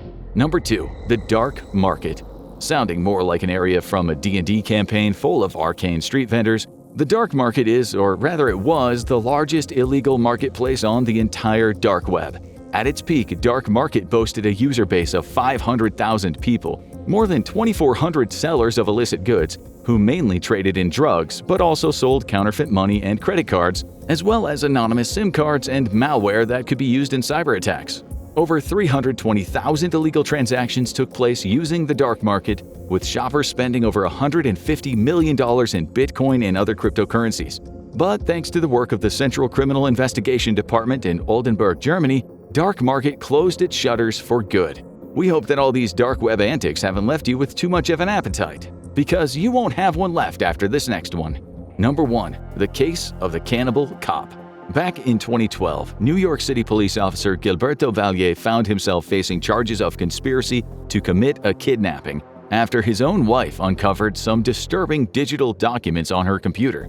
Having suspected her husband of infidelity, Kathleen Mangan installed spyware to monitor Valle's internet usage. But what she discovered was far worse than her initial suspicions. Valle had been discussing his plans to abduct, murder, and then eat the women in his life, including his wife, on dark web forums. Thanks to the information available on the dark web, Valle had compiled a list of materials he would need to kidnap an unsuspecting victim, including a tarpaulin to avoid excess blood splatter and chloroform. But more disturbingly, he had a spreadsheet of dozens of prospective female victims. He even used the NYPD database to access his would-be victims' personal information and shared them with fellow cannibalism enthusiasts on the dark web. Luckily, this wannabe cannibal never got the chance to act on his urges. His wife was horrified at what she had uncovered and reported her husband to the police, who swiftly arrested him. Gilberto Valle would receive only 21 months in prison for his crimes. Hitmen, torture videos, and a yard of human skin. They're just a few of the things you can get on the deepest, darkest enclaves of the internet. Today we're looking at 10 things you can actually find on the dark web. Number 10. Passports. We'll start with the light stuff. How would you feel about getting your hands on a new Maltese passport? That's possible on the dark web if you have about $4,000. Say bonjour to a French passport for $3,000, and a Polish one is a bargain at just $2,500. But these documents are forgeries. The good stuff doesn't come cheap. A 100% state-issued passport for the UK was $17,116. The sites usually say something like, "These passports came from our corrupt immigration police contacts." But you have to take their word for it, and given who you're dealing with, that is not something we'd recommend. But fake passports aren't the only thing you can buy on some sites. How about some 80% pure Colombian cocaine? Number 9. Drugs. Drugs are everywhere on the dark web. It is a veritable candy store for pills, powders, and chemicals that bend your mind. The Global Drug Survey said about 1/4 of British people get their fix from the dark web. Only Finland and Norway had higher rates of drug users buying on the dark web, at 46% and 30% respectively. It goes like this. You find a marketplace and then someone will tell you to contact a person through an encrypted messaging service. That person then gets your address and sends the drugs through the post, where your China White or Colombian nose candy is very well concealed in the package. A BBC headline in 2017 asked, Is your postman delivering drugs? The answer was yes, he probably is. Users told the BBC they were 99% sure their drugs would always arrive. It might be illegal, but it is reliable. Let's take a trip to Walmart, the dark web version. Number 8. Dark Walmarts. The authorities like to say the golden age of buying illegal things on the dark web has come to an end, but we beg to differ. It's quite easy to find a one-stop shop for just about anything illegal. Two guys in the US who went by the usernames of Dope Nugget, Sydney, or Zero Angel made millions of dollars from 2018 to 2020 with their dark web enterprise they called Empire Market. These guys really were the Walmart of illicit goods. Their marketplace advertised fraud, jewelry, credit card numbers, software and malware, counterfeit money, and oxycodone. Their business was worth $430 million by the time they were arrested. In 2024, the Nemesis market was taken down. This was an escrow market with 26,000 listings, selling mostly tech-related stuff, such as compromised data and hacking services and tools. Or if you prefer a more streamlined affair, use one of the auto shop markets where you can get your hands on digital products such as people's login credentials or financial data, and there is little to no contact with the seller. These markets made $1.7 billion in 2023, so no, the golden age is far from over. Okay, time to get down with some dark web violence. Number 7. Hitmen. We'll talk about real murder on the dark web later, but for now, let's stick to fake hitmen. These sites keep popping up even though it is well known they're scams or are run by someone working with the cops. A woman in the US named Alexis was approached by detectives in 2023 because someone had paid a dark web website $5,770 in Bitcoin to have her kidnapped and murdered. This is known as murder for hire. There are plenty of buyers on the dark web, but it seems they are usually the victim of a scam or a trap. In 2024, the Department of Homeland Security reported that a 42-year-old woman in Queens, New York offered cryptocurrency, cash, and even sexual favors to someone on one of these sites to have her ex-partner's new wife and her daughter killed. She paid $5,000 in Bitcoin and another $5,000 in cash, but the website was a total scam. The Azerbaijani Eagles Killer for Hire website didn't really murder people for $5,000, and the Slayer's Hitman site didn't really torture people to death for $50,000. Annoyed that people are besmirching their good name, hitmen now provide video proof of services with timestamps to showcase their work, which is nice of them. So we've looked at taking someone's entire life, but can you just get a piece of them on the dark web? Number 6. Organs. Even though it sounds like something from a Hollywood horror movie, illegal organ trafficking is real. Kidneys are in high demand, and so are livers and corneas. Some of the emerging markets are for human embryos, eggs, and skin. Yes, you heard us, skin. Most of the skin on the dark web comes from Nepal. Well, at least that's according to an investigation in 2017, which said Nepali women were selling 20 inches of skin from their back, which went through various sketchy people until it was eventually used for penis and breast enlargements in wealthy nations. There have also been cases of someone in a foreign country getting sick, and after being helped out by seemingly friendly locals, they've woken up from a deep sleep with a missing organ. In 2023, a Nigerian man went to England for what he was told was a great work opportunity, and after he met a man, he woke up minus a kidney. Illegal organ trafficking is thought to generate $840 million to $1.7 billion a year, with about 10,000 kidneys sold every year. Again, it's not easy to find a seller when you're looking through the dark web, but if you know where to look, a kidney could be yours. But organs aren't the only thing you can buy. Number 5. Animals. If you want to buy an exotic animal, look no further than the dark web. Not long back, a website calling itself Dark Jungle bragged that it was the dark web's premier classified site for exotic pets. You can also find websites that explain how you can clip your dog's ears, an illegal practice. Even worse, on other sites, people who breed or buy dogs for fighting exchange information on what drugs you can feed your dog for its upcoming fight, which is also illegal in most countries. People are strange, but are robots even stranger? Number 4. AI. We've all seen the reports that AI will take our jobs, but there is one job no one should be doing, including AI. Recent reports state that AI is being used to create illegal sexualized images of all kinds of things, from non-consenting adults to even worse. Of course, AI companies have rules against this, but on dark web forums, producers of the material share tips on how to create images that won't get flagged.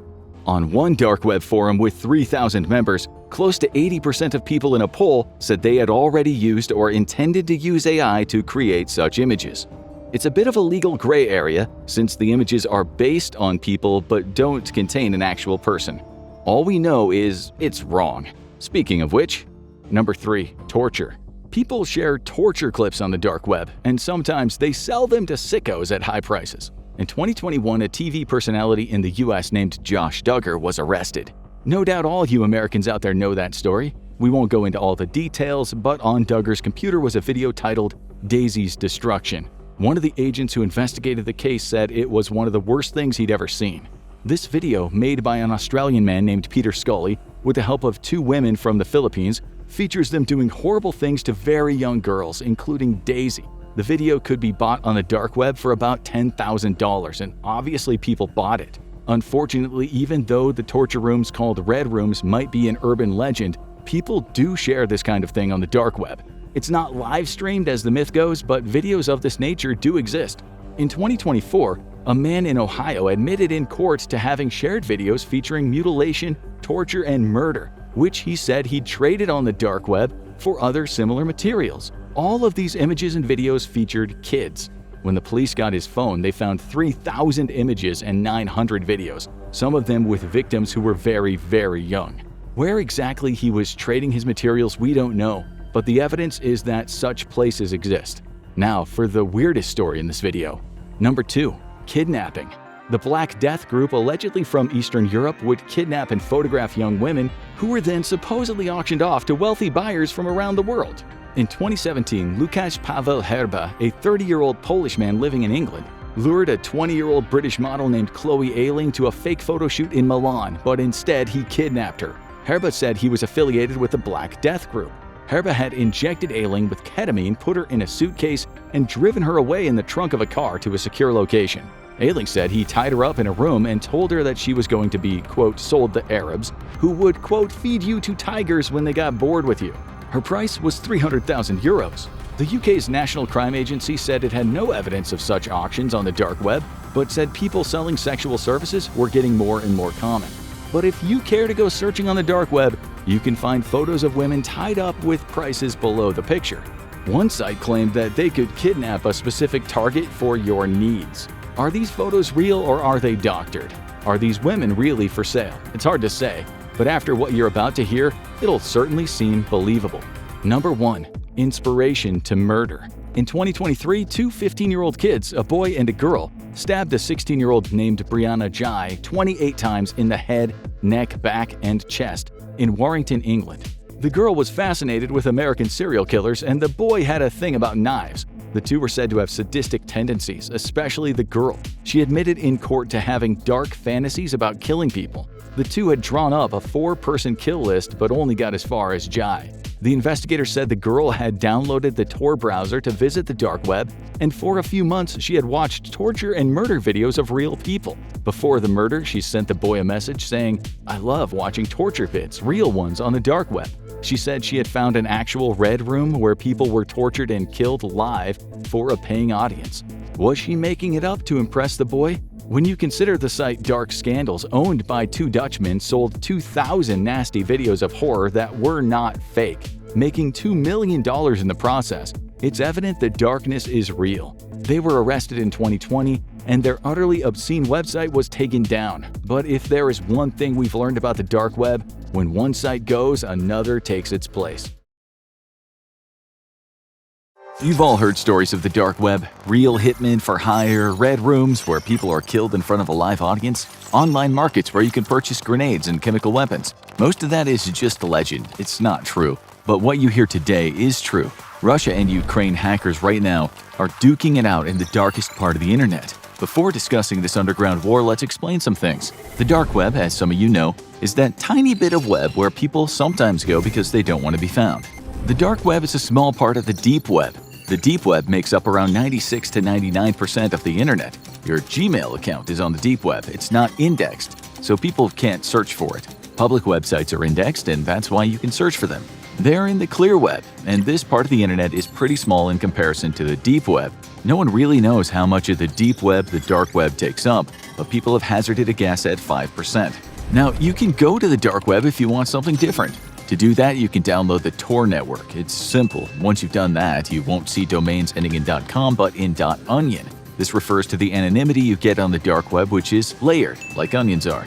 In short, on the usual web, your IP address is not hidden when it searches for things. On the Tor network, your data is anonymized. As one person explained, Tor bounces your traffic through 3 random nodes, one after another. And every time the traffic bounces through a node, it gets encrypted.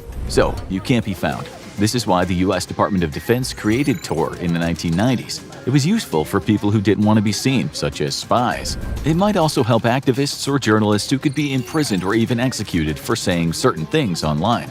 Or even countries to fight each other, like how Russia is using it against Ukraine. We'll tell you how, but first we need to tell you about how you can stay safe there, which is why I'm excited to partner with today's sponsor, Aura. Aura is the easy-to-use app that includes everything you need to stay safe online. It protects you from scammers and hackers by scanning the dark web, looking for your emails, passwords, and even social security numbers, alerting you right away if it finds anything, and automatically requesting removal of your info. Not only will your information be safe, it'll reduce robocalls too. With Aura, all your devices will be protected from viruses, malware, and spyware, and you'll get near real-time alerts on suspicious credit inquiries, while their VPN allows you to stay anonymous online by keeping your browsing history and personal information safe and encrypted. There's even a password manager that lets you store and access your online passwords securely and conveniently. Aura even helps you manage what your kids do online. You can restrict specific apps, set screen time limits, and set focus times to ensure your child is doing their homework instead of binging YouTube.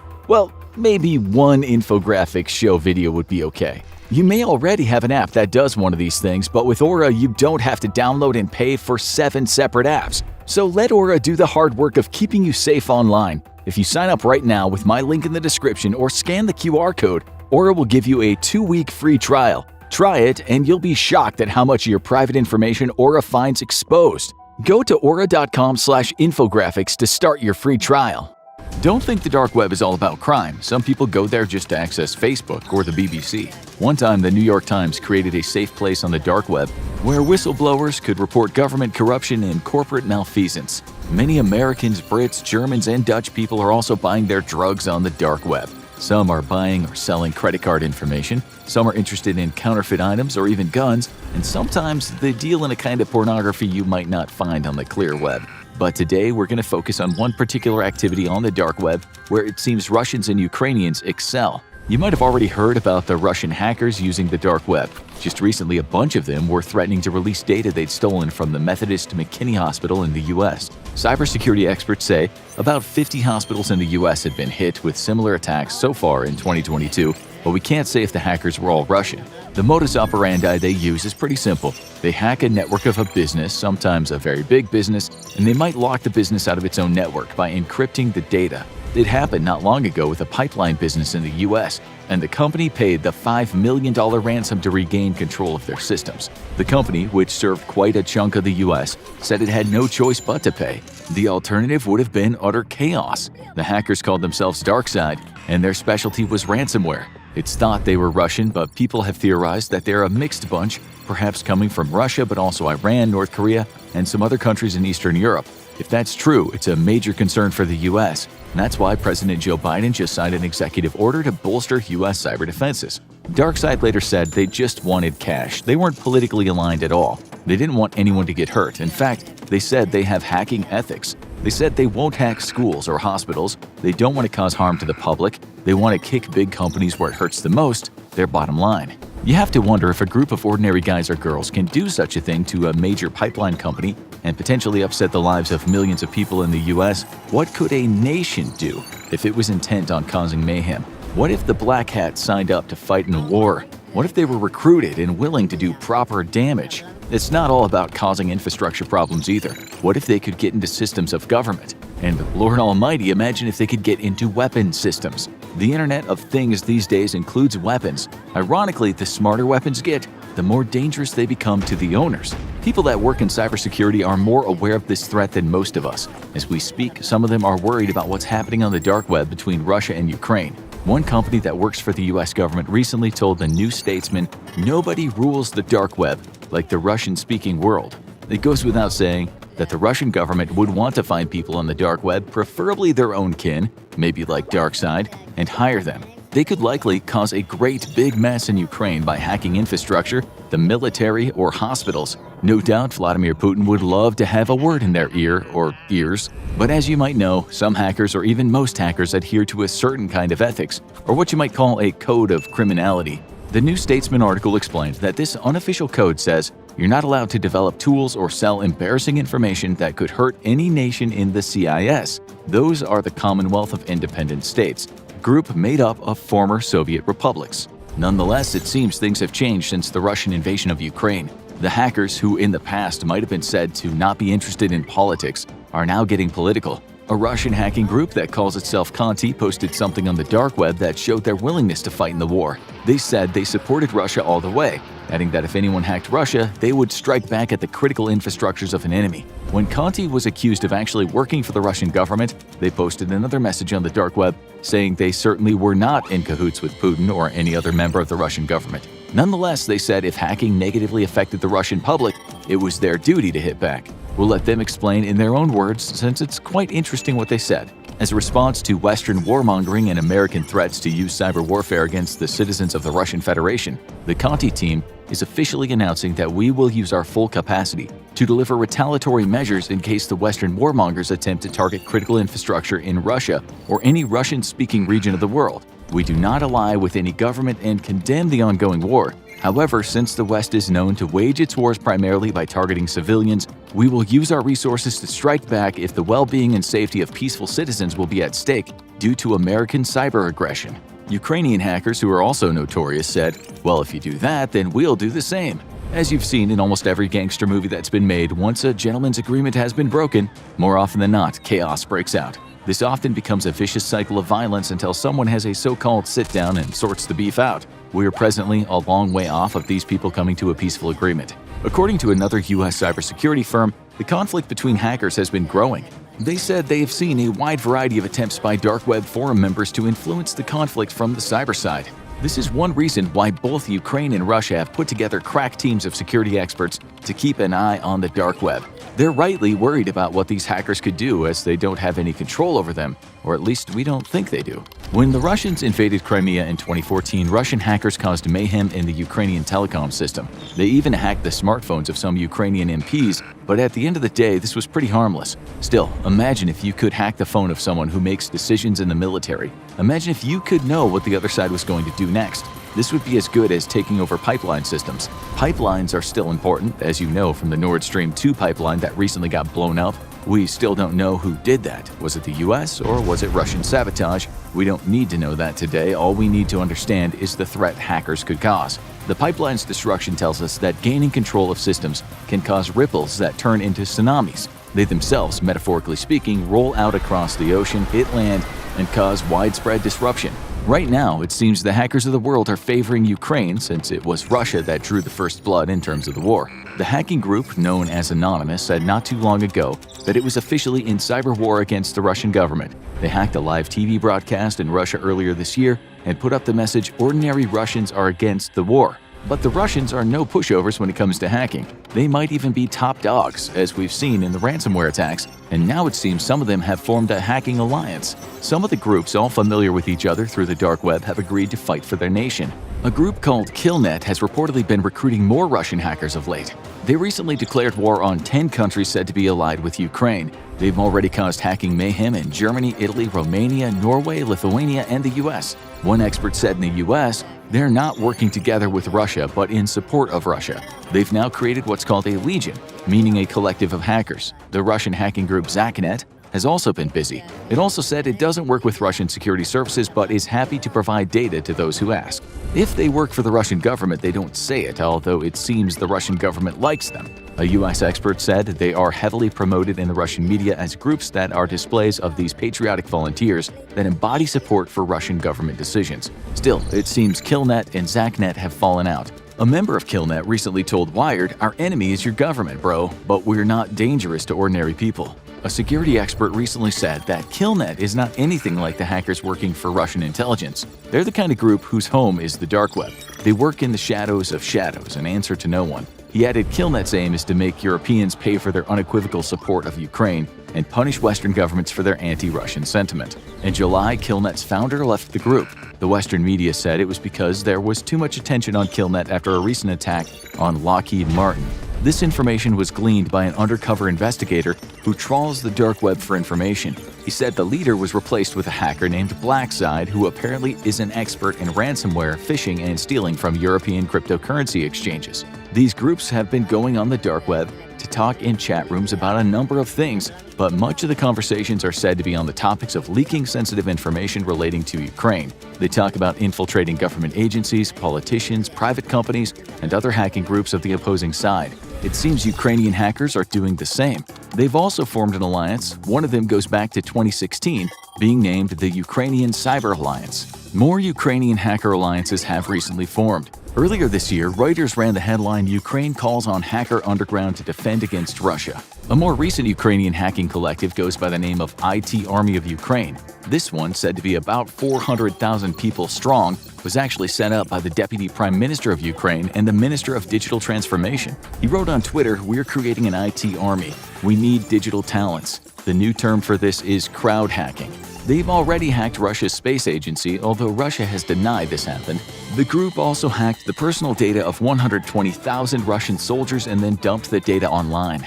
They said the Russians have been doing this kind of thing for years, and now the gloves are off. It's a full-blown hack-off, and it's informally sanctioned by the governments. Still, some media reports state that Western officials are quite concerned about these hacking groups. They're having too much power that might create problems further down the line. Officials in support of the hackers have said the rules are different in peacetime and wartime. They said it's okay if there's no direct harm to civilians. Security experts have been watching this battle of hackers as best they can. They say that the dark web activity in this regard has just been increasing as the war goes on. One expert said that the more news people read about the war on the clear web, the more activity increases on the dark web. He added the dark web is a mirror of the clear web, and now the dark web is a mirror of the above-ground geopolitics. So, there's a war on the ground and an underground war that most of us can't see. It's hard to say who is winning the hacking war, but back in April 2022, the money was on Ukraine winning. A writer for The Intercept wrote back then, "Since the start of its invasion of Ukraine, dozens of Russian organizations, including government agencies, oil and gas companies, and financial institutions, have been hacked, with terabytes of stolen data leaked onto the internet. 6 million Russian documents were stolen and published, a size that we can only compare with WikiLeaks, whose owner was sent to prison for hacking. Obviously, not all information dumps are celebrated. Yes, there is a bit of contradiction at play, but let's move on." In October 2022, Russian hackers claimed that they were the ones who took down a bunch of U.S. state government websites. Colorado, Kentucky, and Mississippi were affected, as well as some other states. This was more about disruption than lasting damage, though it seemed related to the U.S. midterm elections. CNN reported the hacking campaign does not appear to specifically target U.S. election infrastructure, though election-related websites can be indirectly or directly impacted through the broader operation. The relation to the dark web is this attack might have been planned there. It's not as if these people discuss such activity on the free web. As for the infographics show creative team that's been covering the dark web, their every keystroke is probably being watched by the FBI and a bunch of Russian and Ukrainian hackers. Just kidding. We hope. Also in October, Russian hackers hacked airport websites all over the US. Again, this was only about disruption. No one got hurt. It was just annoying for the airports. Seems the hacks didn't cause all that much damage. It wasn't as if entire systems were taken over. Imagine if you could hack passenger planes. That would really cause significant damage. Although so far it seems the hackers would not go that far even if they could. Still, one group commenting on the airport hack wrote online, "Whoever participated in the liquidation of the United States of America." A man looks at his computer monitor, where messages flash up from somewhere in the dark web. He's told he'll need to be screened. "Don't feel bad," says the next message. "We do this for everyone." They tell him this small invasion of privacy is worth it. The hacking software they're about to sell him is expensive, but for anything he gets under $500,000 US, they only want 25%. If it's over $5 million, they only want 10%. It's the sale of the century, the mystery person types. This is all based on a true story. The hacker the guy is talking to is part of the Dark Side group. They provide what's called ransomware as a service, meaning they sell people ransomware so they can target someone with a lot of money. This could potentially ruin them. Their data is held for ransom, and then comes the extortion part. The dark side hackers claim to be Robin Hood characters. Their ransomware is designed to extort companies or governments, but they won't let people hit a nonprofit, a school, or any kind of health service. The targets might also be wealthy people, who usually have a lot to lose. Imagine if a billionaire such as Bill Gates had a deep, dark secret. Imagine the secret became known to the public. How much would Gates be willing to pay to suppress that information? Or how much would you be willing to pay? Because whether you're a billionaire or not, there's a good chance your information is already out there on the dark web, which is why I'm so excited to partner with the sponsor of today's video, Aura. I decided to try out Aura for myself, and I was absolutely shocked at what it found. My data, tons of it, was out there on the web, just waiting to be used for who knows what. I shouldn't be surprised. After all, identity theft is the fastest growing crime in America, with a new victim every 14 seconds. That's why I started using Aura. Aura is identity theft protection and fraud monitoring with near real-time alerts, a VPN to keep you anonymous, and your data encrypted, and antivirus software all in one easy-to-use app. They even work to get any of your data that's already out there erased from the web, which has actually reduced the amount of spam and robocalls I receive. There's a good chance you have one or maybe even a couple of these services already, but so did I, and you can see what good it did in protecting my info from getting out there. It was like I had locked my front door but left the back wide open. With Aura, you have all the tools to remain protected no matter what the hackers on the dark web try. So start protecting yourself and your family from identity theft right now by going to aura.com/infographics. If you sign up using my link, Aura will give you a free 2-week trial so you can see for yourself how many times Aura finds your personal info on the dark web. DarkSide isn't showing off when they say they only want 10% of anything over $5 million. $5 million isn't unheard of in the world of ransomware attacks. You could potentially bring down a company like Apple with such an attack. Certainly if you've managed to lock the company out of its own files and you're threatening to delete them.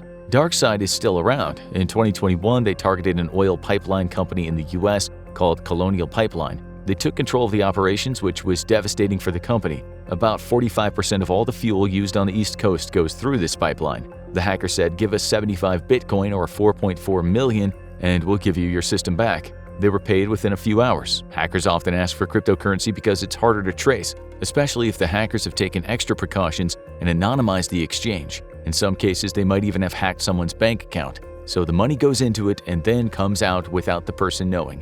Although this is tricky, it might be much easier in certain countries where banks don't monitor payments so strictly. Back to the pipeline hack. The company later said it was the right thing to do for the country. It's thought DarkSide was able to do the hack because it bought a very important password on the dark web. DarkSide said they were after cash and didn't want to create chaos. Just pay up and everything will be okay, they said. They hit around 90 companies so far, most of which are in the US. They even get into the files of the companies so they know the companies are able to pay the ransom. It's no use saying you're broke when your accounts have been seen. The US has had enough. The government has now put a $10 million bounty on these hackers' heads. But will they be caught? We'll get around to that later. It's thought the DarkSide hackers are located somewhere in Eastern Europe, maybe Russia. The group might be made up of people not only from Eastern Europe but also from China, North Korea, Iran, and Syria. They certainly make spelling mistakes when writing messages. They like to do that. After the pipeline hack, they released a statement saying, "Our goal is to make money, not creating problems for society." You might now be thinking, released in a statement? If they can release statements, surely they can be found. The news agency Reuters even sent messages to DarkSide's website. If that's possible, surely they can't remain hidden for long. The short answer is they can, they might, or perhaps they will. They're not alone in doing what they do. The BBC recently reported that Russian authorities had arrested hackers in Russia who went by the name of R-Evil. They also used ransomware to extort large amounts of money. When they were arrested, the Russian cops found over $4 million in cash and about $440,000 in Bitcoin. They also seized 20 premium cars. It's said the gang was prolific, in some cases involving rich people. Perhaps the police were never even called. In some attacks, the authorities were not even contacted. After all, if Bill Gates did have a deep, dark secret, he wouldn't exactly want it to be known to everyone. That's the beauty of hacking scoundrels. We're not saying Gates is, we're just using him as an example because conspiracy theorists think he's up to no good. But if you do hack a real scoundrel like robbing a drug dealer, the cops are usually not brought in. Perfect. Game, set, and match hackers. It could even happen to you if you had enough cash to attract hackers. One day you might wake up to discover you're locked out of all your devices. You might just think you have some kind of hardware problem. Then your computer might flash up the words "You've been hacked." This is exactly what happened recently to a man in Australia. His computers went down and then the message flashed up. Oh, Jesus, he thought. In his case, the hackers wanted $15 million. They got into his systems and encrypted everything. meaning they owned the key to all his data. They said, if you pay us, we'll give you the encryption key and be gone straight away. This guy had security too, but obviously not enough. This kind of cybercriminality is now a huge global issue. People and companies pay millions in ransom these days. The gangs of lore have moved on from the bloody streets. Cybercrime is a damn sight easier than the old school kidnapping of a rich person's daughter. No one gets hurt these days, physically at least. No thumbs and pinky fingers need be sent through the post. The crimes are bloodless, but such financial crimes are what governments hate the most. Kill a neighbor? Sure, get 10 years. Steal from a bank or corporation? Expect to be burned on the proverbial stake. What's even more disturbing is within this fairly new criminal enterprise, as we said, there is ransomware as a service. Anyone wandering around the dark web is a potential hacker, just imagine it. Some kid is looking to invest some money, and instead of gambling on the stock market or betting on housing prices to go up, he can earn a cool few $100,000 from buying some ransomware from a complete stranger. We're sure you all know what the dark web is. If not, we're about to explain the concept. You have the web you're using right now, which is the regular internet. Then you have the deep web, which are networks such as what you might use at work. You can't just log on to other networks, they're private. Your email is private. No one can search for it, it's hidden deep, man. And then there's the dark web. This can only be accessed with certain browsers such as the Tor browser. It uses something called onion routing. We won't go into all the technical stuff today. All you need to know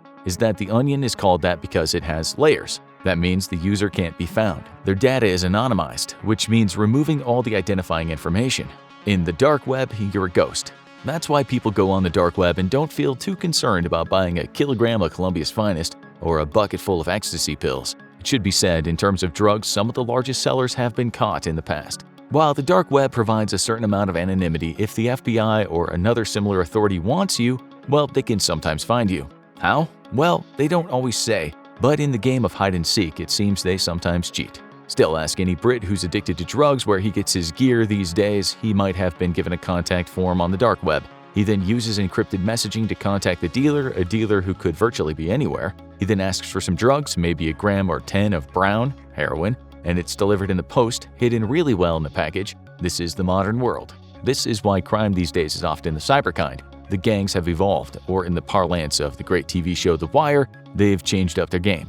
The ransomware folks work on a different level. These people really know how to hide. It's said that these days they're all over the dark web, that the ransomware business is thriving. The hacking gig is booming right now because hackers are smarter than ever regarding not getting caught. If you don't believe us, listen to this. In 2022, a criminal intelligence group known as Forensic Pathways took a good look around the dark web using dark search engines. They evaluated close to 35 million dark web URLs, which included various markets and forums. They found ransomware products and services which in total numbered 475 web pages. The media reported that many of them were aggressively promoting ransomware as a service. No ransomware was exactly the same, but the upshot is they all held data for ransom so someone could extort money. You might have heard of WannaCry. This was one of the ransomware packages for sale. Not long ago, it got into a huge number of machines in 150 countries. It caused mayhem for Britain's National Health Service, which, let's face it, was not cool at all. It said there were 623 million ransomware attacks in 2021. No exact figure was given for the losses, but one security firm said the average cost of an attack on a big business is $1.4 million. Attacks on regular people are much less bountiful, but might feel like a lot to the victim.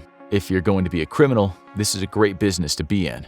A global cybersecurity firm called Black Frog wrote on its website in 2021, with damages from cybercrime expected to hit $6 trillion this year, up from $3 trillion in 2015, we expect the number of ransomware attacks to increase and newer forms to become more sophisticated and disruptive. $3 trillion sounds like a lot. Other sources say it might be between $600 billion and $1 trillion. It's still a hefty figure. That just boggles the mind. We know some of you infographics fans out there are thinking right now, this sounds like something I could get into. Well, just remember that prison sentences for cybercriminals are about as harsh as they come. If your country has the death penalty, you won't get that, although you could in Pakistan. Still, receiving a life sentence is not unusual at all. You're probably now thinking, how come if so many people are selling this stuff, there haven't been more arrests? Well, you already know that your data is anonymized when you go onto the dark web. Like the guy in the intro, you could be looking at the ransomware catalog of some website and you wouldn't know a thing about the people behind it. Not where they live, not where the computers are, and it goes without saying that the people on the dark web don't generally sign off with their own name. That's where forensics comes in. Forensics is basically the science of trying to figure out who the criminals are. So with the dark web, forensic officers will try to link the messages or websites to the actual people. You already know that it's hard since the dark side crew is still in business, but you know it's not impossible because the Russian evil guys are locked up. Still, they're incredibly hard to track down. They're hidden not just with the Tor browser, but hidden behind many more layers. You all know what a VPN is, a virtual private network, because that's how you watch stuff on the BBC iPlayer when you're not in Britain, or at least that's how some people do it. But when you're using a VPN, your data is encrypted and then rerouted to another server. In the BBC iPlayer case, the server is in Britain, so the BBC website thinks that's where you are. Easy peasy lemon squeezy, as the Brits might say. You also could use a proxy server, which will reroute your connection via a third party so the website you hit won't have your personal data. This is why the FBI often says things like, "We think the attackers might be somewhere in Russia or some part of Eastern Europe." They might know that not just from following digital tracks, but from some other forensic evidence regarding names, language, etc. Just like when the cops are looking for serial killers, criminal profilers can also draw up profiles for hackers. If they're clever, they don't leave a digital footprint at all. Not just when they're selling ransomware on the dark web, but also when they're manually executing an attack. Maybe the guy who bought that ransomware at the start of the show wasn't just using Tor and a VPN when he talked to the criminals, but he later protected himself when he attacked his victim. He was in and out and gone, and it was as if he'd never been there. Reminds us of some of the dialogue in the movie The Usual Suspects. That was his power. The greatest trick the devil ever pulled was convincing the world he didn't exist, and like that, poof, he's gone. The greatest trick a hacker ever played was convincing his victim he didn't exist. And as we've shown you, it doesn't take a genius to hide. The genius part is writing the program that performs the attack, which brings us to something else. Hackers might also hijack something called an RDP session. If you don't know already, sometimes you might have an issue with your computer, so you have to allow someone to get onto your computer remotely. Sometimes with Microsoft, the folks who start using your computer are as far away as India. When someone does this for the first time, watching them open and close files from halfway across the world while you're sitting there feeling exposed can be unnerving. It's like that office management training activity where you have to trust people to catch you when you fall backward. In the end, he tells you the session is done, you get the message that the session is over, relief, you can go to bed. But what if someone can unlock a locked, closed session while you're fast asleep? It's happened in the past. Think about it. If the guy in India can take over your computer, surely there are ways for hackers to do the same. In other cases of hacking, it might be possible to hack a website and use its server from which to launch an attack. Pure, unadulterated anonymity. With ransomware, they might get information by sending you a dodgy file. It's a virus, it's malicious, but you can't resist opening things. It might come from anywhere. A video file might say, "OMG, watch this, it's crazy." And you, well, OMG always gets you. When you open the file, you impetuous fool, a malicious software gets into your machine. It might wait until your computer is dormant to infect your drives, shared drives, servers, attached computers, and other systems. This is why you should never open a file without knowing what it is, even if it seems that a buddy just sent it to you through email or a messenger. The hackers have just hacked his email or gotten access to his messenger. It happens all the time. Some people will do stuff like answer a question on a Facebook page which asks them what their dog's name was when they were a kid. Sometimes they're just harmless ways to promote companies, but sometimes hackers can use that information. It's called phishing. Stay well away from putting anything personal online, especially when you don't even know who you're communicating with.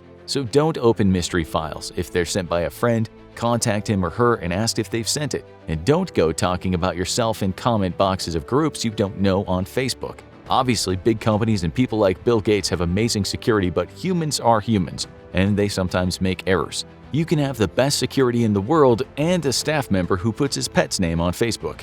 In that pipeline attack, it's thought the hackers got a VPN password from one of the staff. As we told you, it's very hard to catch hackers, but as you know, it does happen. Take, for instance, a guy named Eric Owen Marquez. He was offering hosting capabilities on the dark web for a long time. He hosted websites for drugs, hacking, and money laundering, and websites where people posted lots and lots of illegal images. So, how did they break his anonymity? It's not exactly known because the FBI, it seems, didn't want to talk about it. Marquez himself said he thought it was the hackers who worked for NASA. Remember, many hackers end up working for the other team. If you can beat them, join them and ask for lots of money. The Electronic Frontier Foundation, a civil liberties group, said, "It does a disservice to our criminal justice system when the government hides techniques of investigation from public and criminal defendants. They accuse the government of using illegal methods to catch Marquez." You might think, well, that seems fair. But as we know from Edward Snowden, the government can sometimes be blamed for using tentacles to go places they have no right to go. Nonetheless, cybercrime is getting out of hand. It's thought the government these days manages to arrest only about 5% of the criminals. Maybe crime does pay. Ask any old-school gangster or a common drug dealer about the chances of getting caught. They'll tell you that in the end, everyone gets caught, or they die. It's one or the other. But that's not always the case with cybercrime. Obviously, this highly unethical way of living is still dangerous, and as we said earlier, if you're caught, you can kiss goodbye the rest of your life. The US government says it will find you, never mind where you're hiding out in the world. The Justice Department proudly announced in 2021, "Our message to ransomware criminals is clear. If you target victims here, we will target you." An educated lady, known to be of impeccable character, is sitting at her computer. She pauses for a brief second, looking outside at the night sky, and then writes, "With a gun in the street. $12,000 is fine. Just do it ASAP." Whoever's on the other side of that message writes, "For $4,000 we'll throw acid in her face, and for $50,000 we'll torture her to death." The woman shakes her head. "No, just kill her." That's based on a true story, and the person this woman was talking about could have been you.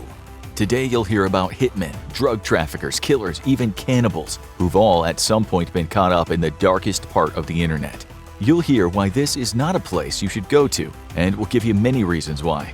First of all, you should know where you're going when you visit the dark web. In short, it's hidden within something called the deep web. The deep web is just the part of the internet not accessible by your standard search engines, and that makes up most of the net. The dark web accounts for only about 0.01% of the deep web. To get there, you'll have to download certain software on your computer, such as the Tor browser. This should give you anonymity, although as you'll see today, it's not always the case. Tor was invented by the US government to create anonymous communications, and today you'll find journalists and activists using it, as more open communication could find them in a spot of trouble. WikiLeaks, for instance, is part of the dark web, although it publishes on the open web. With this in mind, it's not illegal to download some software and start using the dark web. It's what you do with all that anonymity that counts, which is what you're going to hear about in this rather dark show today. Let's also remember that you might just be a curious sort of person who just wants to have a look around the dark web. But by doing this, there's always the chance that you might walk down the wrong virtual alleyway and find yourself in a place you wish you'd never gone. You might also be a marked man after this, or worse. Before we talk about the really creepy stuff on the dark web, we should first talk about drugs, the illegal kind. Some of you might have met a person who told you they ordered the purest drugs they've ever had on the dark web, and it was delivered to their door without a problem. Wow, how convenient. But listen on before you put your order in for a sheet of colorful acid tabs and 24 ecstasy pills that look like little Lego bricks. You can indeed do this, and many people have, with one former big fan of the dark web drug business calling the place Amazon run by the cartels. He explained that just about any illegal drug you could think of was there on offer, including precursors. You fans of Breaking Bad will know that these are the substances you need to make certain drugs, such as crystal meth. And believe it or not, the sites selling the drugs are often pretty reliable since there is a place to give feedback to the seller. So you might find a comment that says Grade A Coke and delivered on time, top seller. A few years back, there was a seller with the name of Jesus of Rave. On his site, he stated, in a quite professional way, "Working with UK distributors, importers, and producers to source quality, we run a tight ship and aim to get your order out the same or next day. This tight ship also refers to our attitude to you and your privacy. We've been doing this for a long time." It seems that ordering drugs on the dark web in Britain really took off a few years ago. There are also lots of recent news reports stating that seizures of ecstasy and amphetamines in the post has increased dramatically, with the drugs mostly coming from the Netherlands after being ordered on the dark web. The Guardian wrote this in 2019. Criminal organizations in the Netherlands are major producers and exporters of synthetic drugs, exported via sea containers or trucks. But there is said to have been a growth in online purchases in which the postal services are exploited. The US, Australia, and New Zealand are the main recipients outside of Europe.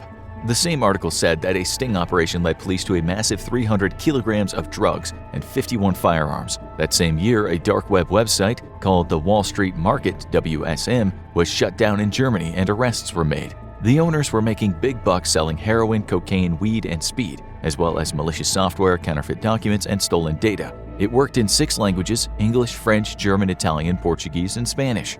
At the time, prosecutors wrote, WSM operated like a conventional e-commerce website, such as eBay or Amazon. However, its sole existence was geared to the trafficking of contraband. As you probably know, the money to be made selling drugs is just so good that arresting dealers or traffickers is like playing a game of whack-a-mole. You put one in prison and another pops up. The war on drugs has been nothing but a failure for the most part, with the authorities looking like Sisyphus, the guy who was told he had to push a round rock up a hill for all eternity.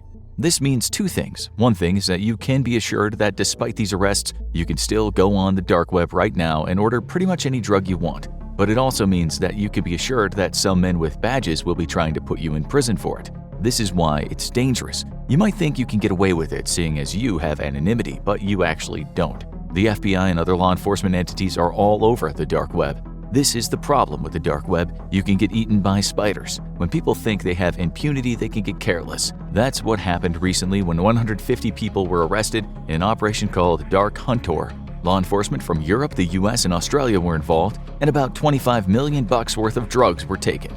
In this case, no small-time buyers were arrested, just the sellers, but cops warned about something else. Many of the drugs these days contain the killer substance fentanyl. This stuff works well in hospitals for pain relief and might sound good to a hardcore opiate addict, but the truth is there have been a startling number of news reports, including ones involving famous people, of folks thinking they're taking a drug like cocaine and dying because the white powder also had fentanyl in it. As we write this, 5 people died all at once of an accidental overdose in the US when they didn't know that their powder contained the drug. But doing a quick search, we could have chosen numerous stories that included the words accidental fentanyl overdose. We don't condone drug use here, but if a person is intent on taking drugs, then the safest thing would be to know what you are taking. When you order from the dark web, you really don't know what you're getting, and since everything is anonymous, the seller might not care too much about what they're giving you. Even if you die, there is very little chance that they'll ever be arrested. We found a story containing the words fentanyl-laced ecstasy tablets. Rave to the grave might be the suitable expression here. Unfortunately, while it could save tens of thousands, maybe even hundreds of thousands of lives, the authorities for the most part have always been dead set against providing folks with easily available drug testing equipment.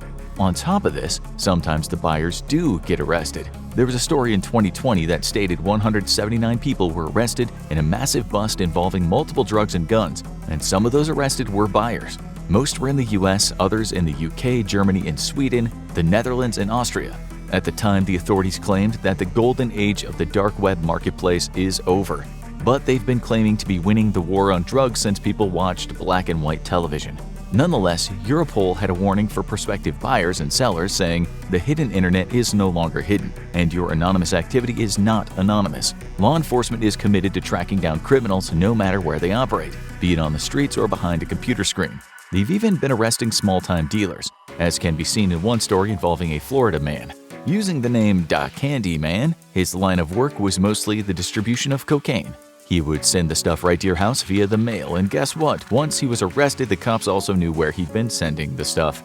We'll add one more thing here. Some people on the dark web might be pretending to sell drugs, but all they're after is your personal information. They're looking to exploit that information, and as you'll soon see, sometimes they can blackmail you. Mostly, though, they're phishing in order to get their hands on your money. You can buy phishing kits on the dark web, but you can also be phished. Okay, so maybe drugs aren't your thing. Maybe you're not really into anything illegal, but you do have a very curious mind. When someone told you they had a video of a man being cut up with a chainsaw, you just had to watch it. Freak.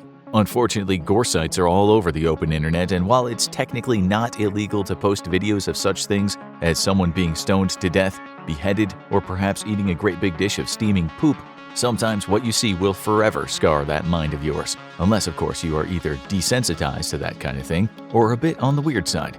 That makes up a lot of society, actually, seeing as just one site back in the day called Best Gore was getting in the region of 10 to 20 million hits a month. The owner of Best Gore was eventually arrested after posting the video called One Lunatic, One Ice Pick, which consisted of an eternally unstable maniac named Luca Magnotta dismembering a guy, then sending some of the body parts to schools and political offices. Obviously, that was a very serious crime, and Magnotta is now in prison where he belongs. If you know the story, you'll know that before he was arrested, animal activists were also hot on his tail because some of the videos consisted of him doing very bad things to kittens. So maybe one day you get on the dark web and end up seeing something you wish you hadn't. Although we guess right now some of you are thinking that infographic show writers are just big wusses. Maybe gore is nothing to you. According to the Washington Post, much of the worst gore talked about that is supposedly available on the dark web is just that, talk.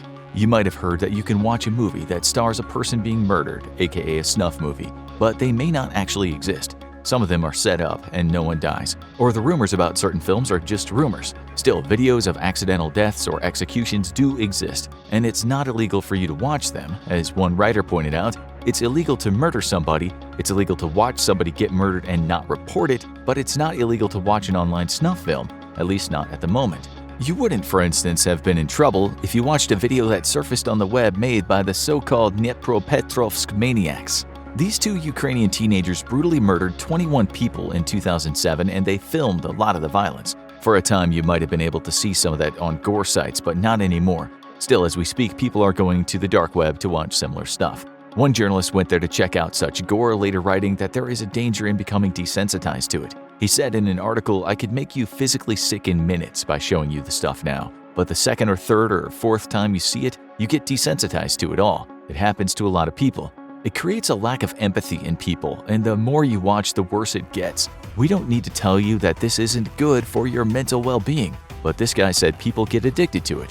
He added, "I don't know what drives people to it, it's just pure evil. Why does someone want to watch that?" The uncomfortable truth is there's a lot of evil out there. Then you could be down one of those bloody rabbit holes and really see something you wish you hadn't. In the content of a sexual nature that is very much illegal, your curiosity could possibly take you there.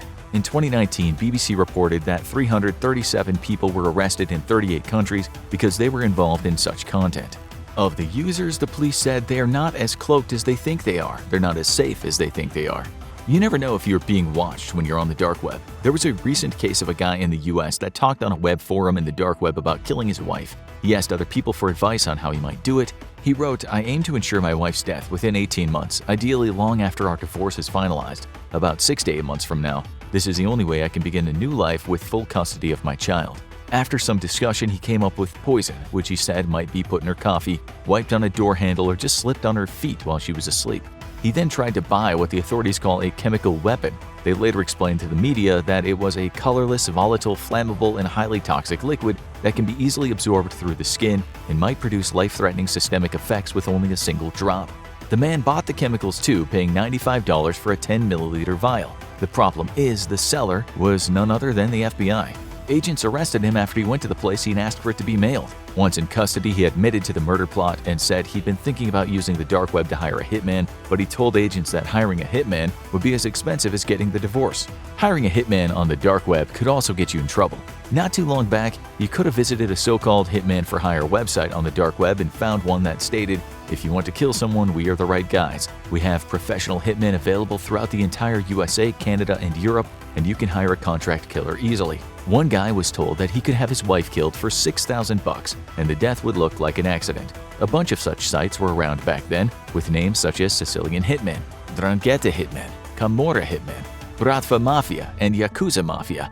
They were all actually owned by the same person. One site claimed, "We offer a large international network of experienced hitmen and provide services to beat up, set fire, or kill customers' targets. We assign hitmen in the same country as the target with the appropriate skills that match the job specifications."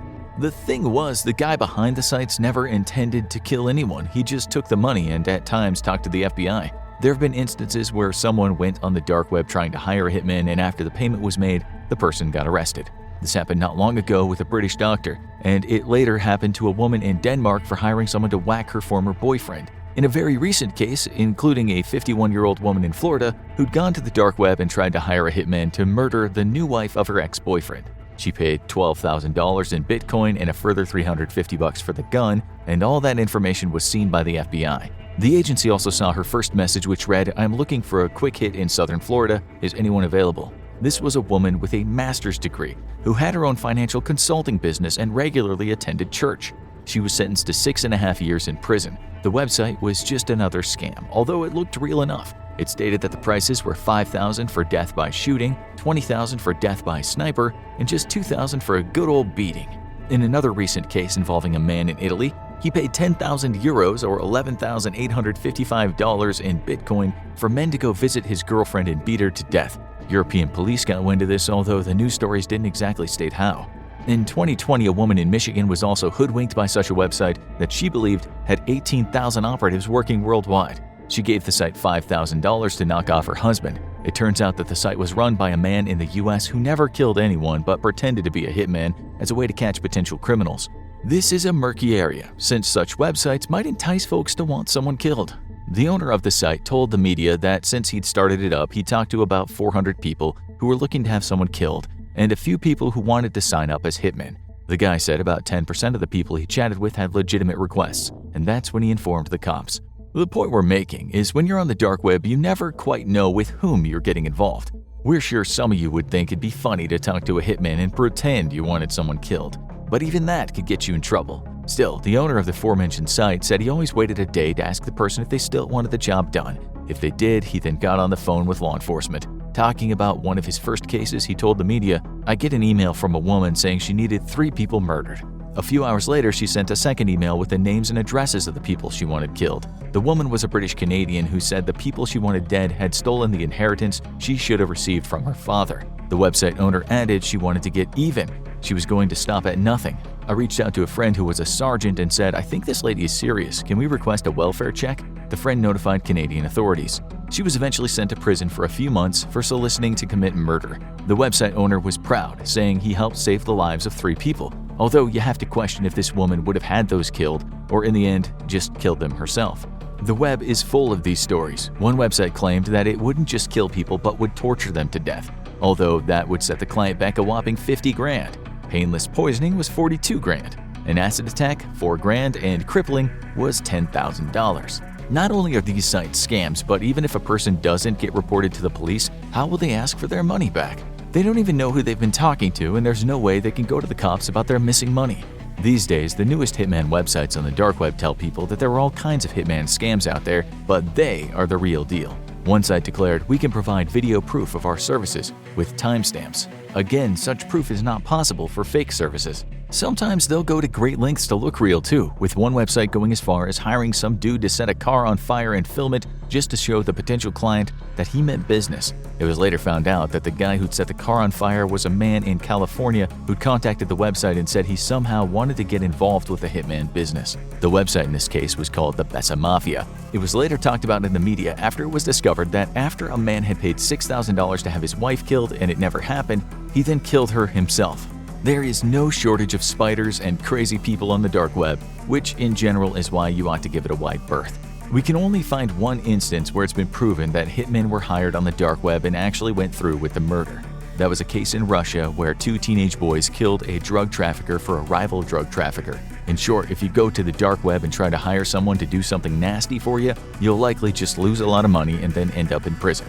Not long ago, you might have also met a British man named Matthew Falder, a person you could call the embodiment of evil.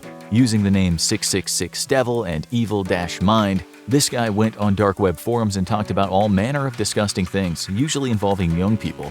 His thing was to lure people online into thinking he liked them, and then as time went on, he'd ask them to make very compromising videos of themselves. Since he was well-spoken and seemed sincere, people fell for it. Falder was very educated, holding a position as a geophysicist researcher at Birmingham University. Once he had his hands on the images or videos, he said that if the victims didn't pay him a whack of cash, he'd send the content to everyone they knew. In one message, he told a young victim that he would send the images to everyone on Facebook associated with your school and in letters to your parents and teachers, explaining with printouts of all the pictures that you will strip for money. Most of the victims were naive, and it wasn't that hard for a highly educated maniac to manipulate them. In some cases, he told them to film themselves licking toilet seats and eating dog food, after which he posted the content to his many fans on the dark web. He wrote in one post to those fans, "Glad you're all enjoying her suffering," and later, "I love blackmail, especially forcing someone met online to do things they don't want to for amusement." Imagine visiting websites where people like that post things. Imagine virtually befriending this person and not knowing what you were getting into. Another example of blackmail involved a man who wrote on Reddit that not long ago he tried to buy drugs on the dark web and had given an address only for him to receive a letter instead of the drugs. The letter stated, "Congrats, you bleep. You've been participating in illegal activities and we have our eye on you." The man didn't send any cash and the scammer was at best amateurish, but this is just another example of how when you go on the dark web, you're potentially making yourself vulnerable. One other thing some people go on the dark web to do is just pretend to be something they're not, as that in itself can be kind of exciting. These people sometimes roleplay very dark fantasies. This can also get you in trouble, never mind blackmailed if you meet the wrong person. You might have heard of the case of a New York City police officer who got the name the Cannibal Cop. His real name was Gilberto Valle. A few years ago, he was sentenced to a prison term for going on a website called Dark Fetish Net and talking about how he wanted to kill and eat women, including his own wife, the woman who eventually found those disturbing messages on his computer. He didn't just talk about it either, but he had a list of around 100 women whose names and addresses he had thanks to his job as a cop. One of his messages about his wife said that he wanted to let her bleed out, then butcher her while she hangs. It was a big case at the time because this guy really didn't seem like a killer at all. In court, he said his conversations on the forum were all about role-playing and he never intended for anyone to get hurt. He said in court, as time went on, more and more people wanted to do these role plays with me because I was really good. I kind of wanted to provide and be a little more graphic and not disappoint. Again, the competitive side of me came out. Valley wasn't using the dark web. This stuff was actually out in the open, but make no mistake, there are more people like him on the dark web, a lot more. He was eventually cleared and released from prison, but his case begs the question, just how much can you just talk about crimes online without falling foul of the law? Can you roleplay online or just mess about and get in trouble? We're guessing that some of our viewers would try this with friends just for fun, maybe to see who replied, and to understand the depravity of certain people online. You should probably give that a miss. In 2018, a man in the US went on the dark web and found a forum where he left this post. I'd like to try cannibalism and see how it feels to take a life. If you'd be willing to let me kill you, and are in the US, preferably in the South, and can travel by car, contact me. His name was Alexander Nathan Barter, and at the time he was just 21 years old. First of all, yet again we're showing you what kind of people you might meet on the dark web. But secondly, even if you yourself posted this kind of content as a kind of joke, you should know that not long after, Barter posted a message that was read by an officer working for the Texas Department of Public Safety. That agent replied saying he was willing to give his daughter to Barter for the express purposes, namely for killing and eating. Several other emails were exchanged in which Barter told the agent to meet him and bring a spare set of clothes and a burner phone. In another email, he stated, "I really want to do this." Barter was arrested on the day the murder was supposed to happen, and on him at his house was a knife and some plastic bags. But was this just part of a dark, twisted fantasy, or would he have really done it? The jury thought so, and a judge sentenced him to 40 years in prison. In court, the prosecution said, "As this chilling case demonstrates, online talk is not always just talk. The constant vigilance of our law enforcement partners has prevented an evildoer from finding a like-minded accomplice and bringing his grisly plan to fruition." A site that no longer exists on the open web was called the Cannibal Cafe. When it was still up, you could have read posts with titles such as, "I really fantasize about being butchered, roasted, and eaten." Then in 2001, a computer specialist in Germany named Armin Maiwes killed a man he found on that forum. His victim was Bernd Jürgen Armando Brandes. Both men were in their 40s when they agreed to go through with it. The two men met, and let's just say what happened was one of the strangest dates in history. And in the end, bits of Brandes ended up in Maiwes' freezer, and the cannibalistic fetishes he'd had since he was a child became a reality. He also ended up in prison. Maiwes told the court that for many years he'd only fantasized about doing such things, but it was when he found a real-life cannibalism website that things moved from fantasy to possibility. He added, "If I hadn't been so stupid as to keep looking on the internet, I would have taken my secret to the grave." As we said, his interactions with his victim happened on the open web, but that was back in the day. These days, if you want to talk shop about eating people, you'd struggle to do that out in the open virtual space. As we showed you with the Texan guy, the dark web is the place to go for that kind of thing these days. You might find a forum with someone saying something like this. Real dark web comment. "I need someone to eat my fresh meat. I am juicy and tender." But we are guessing most of these people are just messing around for the sake of being a bit naughty.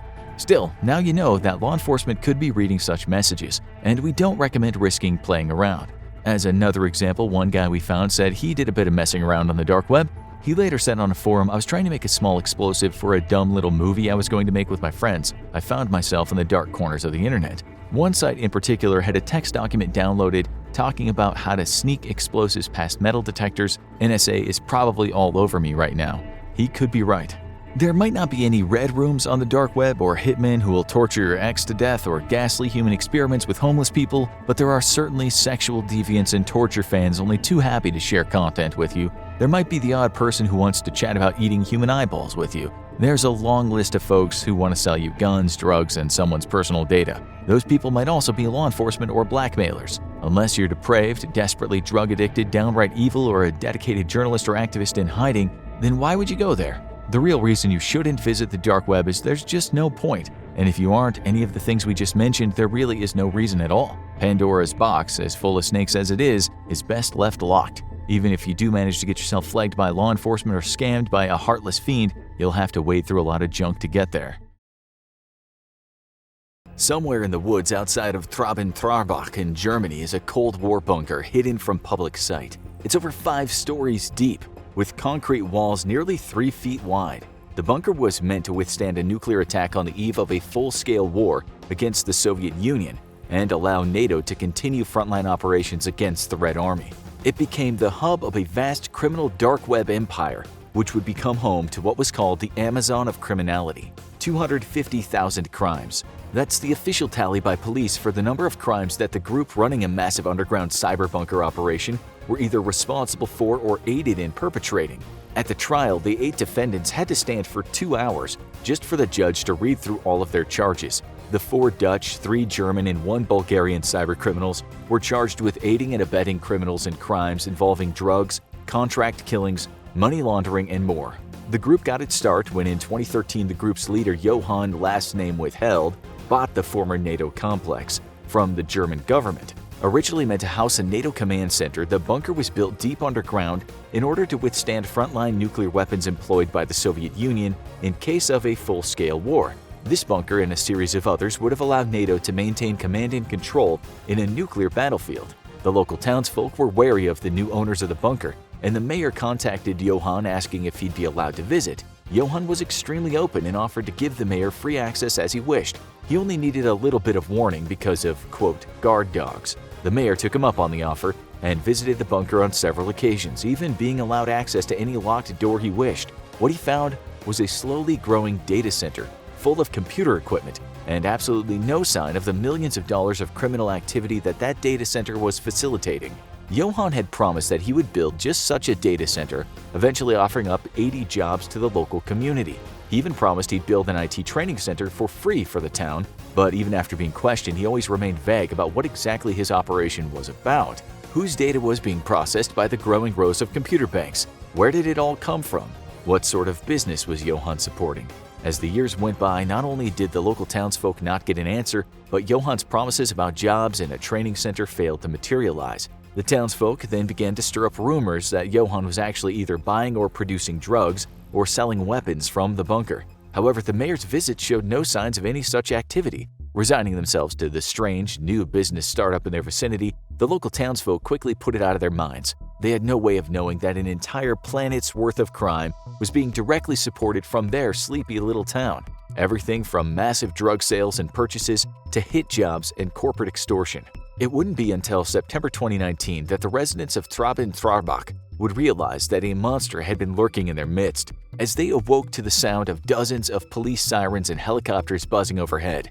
But just what had been going on at what was now termed the cyber bunker? Was it a secret hacker's den? Were an army of bots lurking inside on its servers ready to prowl the internet, invading networks and stealing information? Or something even worse? No matter what nefarious cyber deeds were happening inside, one thing is for certain. You absolutely have to be proactive in protecting yourself from all types of malware threats. And the very best way to do that is with internet security from ESET, the name trusted by over 110 million users worldwide. ESET Internet Security provides much more than just their legendary antivirus and anti-spyware. It's advanced protection against all kinds of threats. Prevent unauthorized access to your webcam and Wi-Fi networks? Check. How about providing a secure browser that protects you when accessing online banks and crypto wallets? They got that too. Ransomware and phishing attempts? Protect against those as well. ESET Internet Security is truly your one-stop shop for staying safe online. Doesn't matter if you run Windows, Mac OS, or Android, ESET Internet Security provides comprehensive protection for your home devices so you can rest easy, even if the bad actor trying to invade your system is operating out of a Cold War bunker. Right now, ESET is offering viewers of the infographic show an extended 90-day free trial, but there's something even better too. The first 500 users to sign up with our special code also get 50% off. So don't wait. Go to the link in the description and sign up now to make sure you remain protected with ESET Internet Security. But back to what was really happening inside the cyber bunker.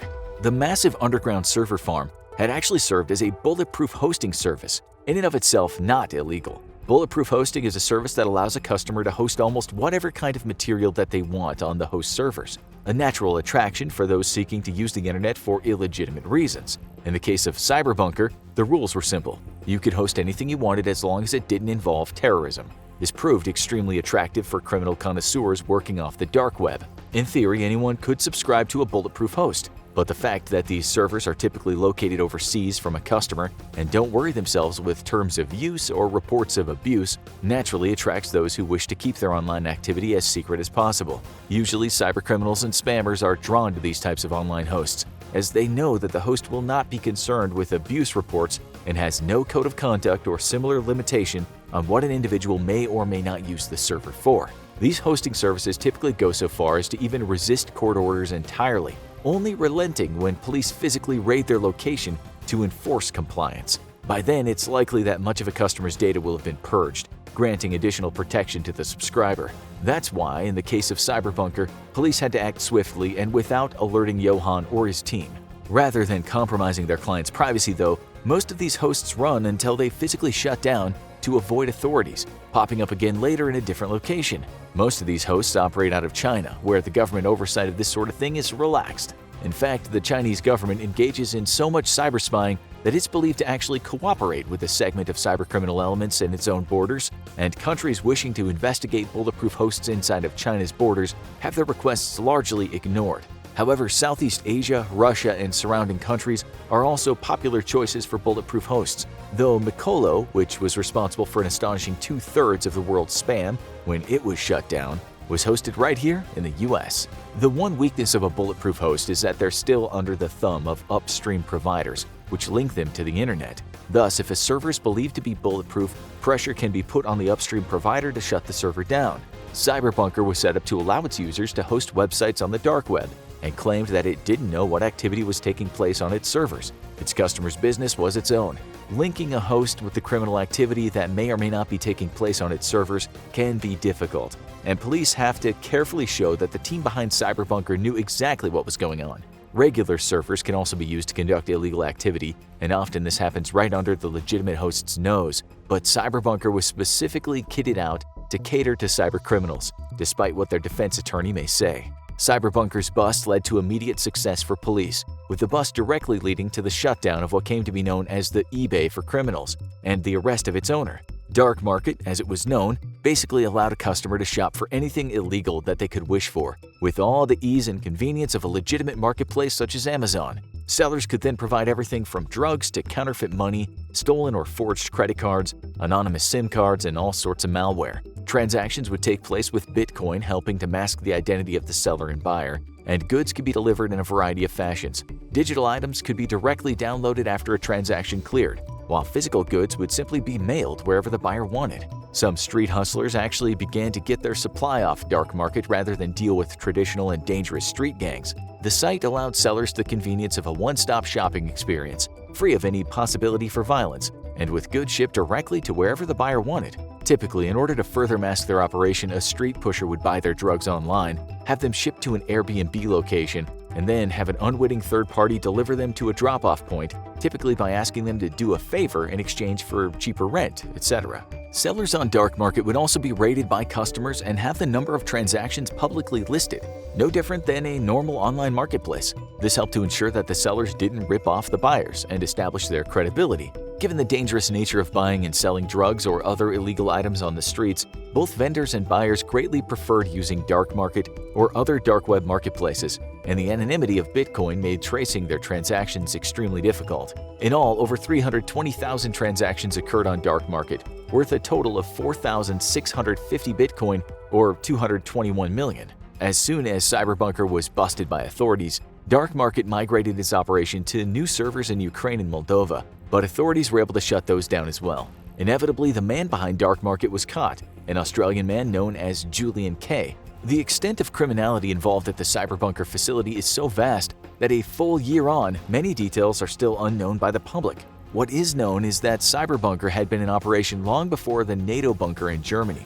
In fact, before expanding to Germany, Cyberbunker operated servers out of a NATO bunker in South Holland, and had a history of criminality well before the public bust in 2019. It was eventually identified as the web host for the infamous The Pirate Bay, one of the most notorious websites for sharing everything from movies to music to books. If it can be digitized, The Pirate Bay hosted it and made it available for download for free, costing the software, movie, music, and other segments of the entertainment industry untold millions in losses. The website has been shut down multiple times but always reappears, and today it is still the premier destination for torrents of all sorts, along with a heaping helping of viruses that come along with them.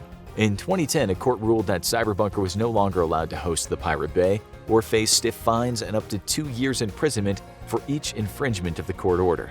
The next year, Spam House, a project aimed at detecting, identifying, and shutting down distributors of spam, identified Cyberbunker as the host for many spammers. They contacted their upstream provider, A2B, and asked them to cancel their service to Cyberbunker, but A2B refused, choosing instead to block only a single IP address related to spamming hosted by Cyberbunker. Spam House then blacklisted A2B, informing them that as long as they hosted Cyberbunker, they would remain blacklisted, forcing A2B to eventually drop Cyberbunker as a client. In 2013, Spam House blacklisted Cyberbunker, resulting in an almost immediate distributed denial of service attack against Spam House. This attack became one of the largest in cybercrime history and dragged in 5 different national cyber police forces into its investigation. The attack lasted for over a week, but with the help of Google, Spam House was able to weather the attack. Eventually, the attack was tracked down to a criminal gang from Eastern Europe and Russia, believed to be operating in conjunction with Cyberbunker, though the attack could never be linked directly to Cyberbunker itself, giving them plausible deniability. Shortly after the attack, though, Cyberbunker was believed to itself be attacked, knocking the host offline for a full day and costing them significant revenue. On April 25, 2013, Sven Olaf Campias, a spokesperson for Cyberbunker, was arrested by Spanish authorities outside of Barcelona. An anonymous press release released on pastebin.com warned that if Campias was not released, there would be more large-scale cyber attacks for every day he remained in custody. Campias remained in custody for 55 days before being extradited to the Netherlands, where he was found guilty and sentenced to 240 days in prison. His sentence, however, was suspended and he was given credit for the 55 already served in Spain. It may have taken over a decade, but authorities eventually nailed Cyberbunker to the wall, so to speak, and shut down the entire operation. The criminal trial is still ongoing, but at least one defendant has been set free after a partial confession and serving 22 months in pre-trial detention. The rest of the defendants will have to face their day in court, and despite claims of ignorance on their behalf, authorities have enough evidence to link them to the incredible amount of crime facilitated by their 2 bunkers in the European countryside. For the criminals who use Cyberbunker services, while there have already been some arrests, others are believed to be pending. Given the intelligence goldmine that Cyberbunker's seizure by authorities has been, it's believed the ongoing investigations and stings will evolve over the coming years. How many criminals will come to trial, however, remains unknown. And for now, illegal activities on the dark web have simply shifted to fresh servers located elsewhere. Identity theft, corporate secrets, free speech activists, murder. The dark web is lurking right under your nose, and you'll be amazed about the things found there that the government doesn't want you to know about. But what is the dark web? Most of you filthy casuals spend your whole lives on the internet, where you can get access to about 1.7 billion websites with a simple .com address. If you were to try to browse every single website, it would probably take several lifetimes, but these websites only account for about 7 to 10% of the total internet. The surface web, as it's known to anyone who's actually cool, is where you've lived your entire digital life, likely completely unaware you were standing on the tip of a very, very large iceberg. Normal websites are accessible either directly with a .com address or through a search engine. When you Google something like Babylon 5 versus Battlestar Galactica, who would win? A search engine crawls through the millions upon millions of websites to find related results which get indexed for future reference and then provided to you on your computer screen. However, directly beneath the World Wide Web are what basically are huge repositories of information which you can't normally navigate directly yourself. Think of it like a massive basement for storage. This is known as the deep web. Underneath that, you have the dark web, which is basically a wild west of internet. This is the place a normal browser can't access, and while it exists alongside the normal web, it requires special tools to access, and often pre-existing knowledge of how to navigate to the specific content you're looking for. While dark web search engines exist, you're not going to find the vast majority of what lurks below without a direct invitation. So, what kind of things can you find lurking in the murkiest depths of the internet? The answer might surprise you. The first and most popular illegal item on the dark web is, by a stretch, drugs. The dark web is one of the best options for buying drugs available to users today. You can find almost any illegal substance your heart desires on the dark web, all deliverable right to your door. But how does it work? Surprisingly easy. First, you navigate to your favorite dark web drug marketplace. There used to be either Alpha Bay or Silk Road, though both have been shut down. Once on the marketplace, marketplace of your choice, you simply browse no different than you would browse Amazon. You go to your search bar, type in your preferred drug of choice, then simply scroll down to see all the listings available. And there are thousands upon thousands of listings to choose from. Drugs on the dark web are in no short supply. In order to set your mind at ease, sellers are often rated by customers, no different than Amazon. The product itself is often rated as well, and in some sites, users can even leave reviews. In essence, it's simple internet economics at work, and the same things that matter on legitimate online marketplaces, product and seller reviews, matter here too. So you can be sure that a seller is going to work extra hard to make their customers happy, and this makes online marketplaces a dramatic improvement over buying drugs from a local street dealer. A street dealer might get your product faster with less hoops to jump through, but they are far less bothered by bad reviews. You're also not going to get shot over your computer trying to buy drugs. Once you've made your selection, checking out is just like Amazon, only instead of using a credit card or PayPal, you pay with cryptocurrency. Typically, this is going to be Bitcoin, but most marketplaces accept different currencies. Now you enter your mailing address and wait for your package to arrive. Thanks to the encryption during the entire checkout process, it's almost impossible for authorities to track buyer and seller, and cryptocurrency leaves practically no money trail to follow. For a buyer, the only real point of risk is on receipt of the drugs, but it's not illegal to receive drugs over the mail, and a buyer could simply feign ignorance if caught. Authorities must prove that the drugs were intentionally bought, and that is extremely difficult. For sellers, the benefits of selling drugs online over the streets are 100-fold. First, there's that added safety of working remotely. An online seller doesn't have to worry about getting hustled out on the street, having their cash and stash stolen, or being muscled out by rival sellers.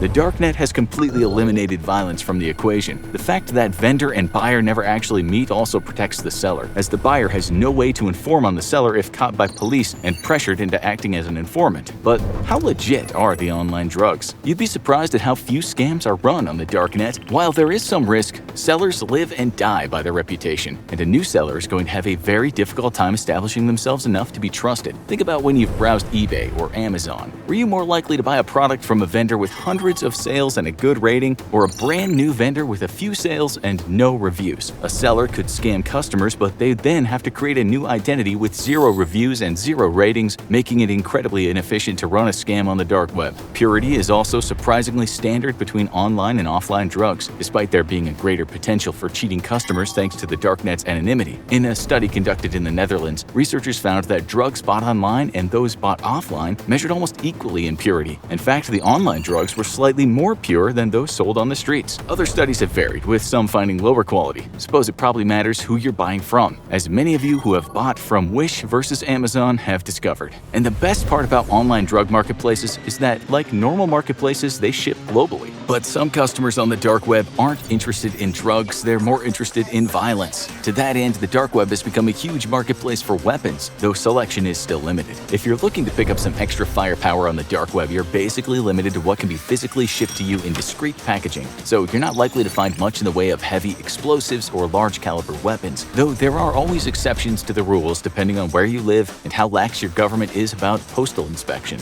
Pistols are the most commonly listed item on dark web marketplaces, making up nearly 84% of listings discovered in a RAND Europe and University of Manchester study.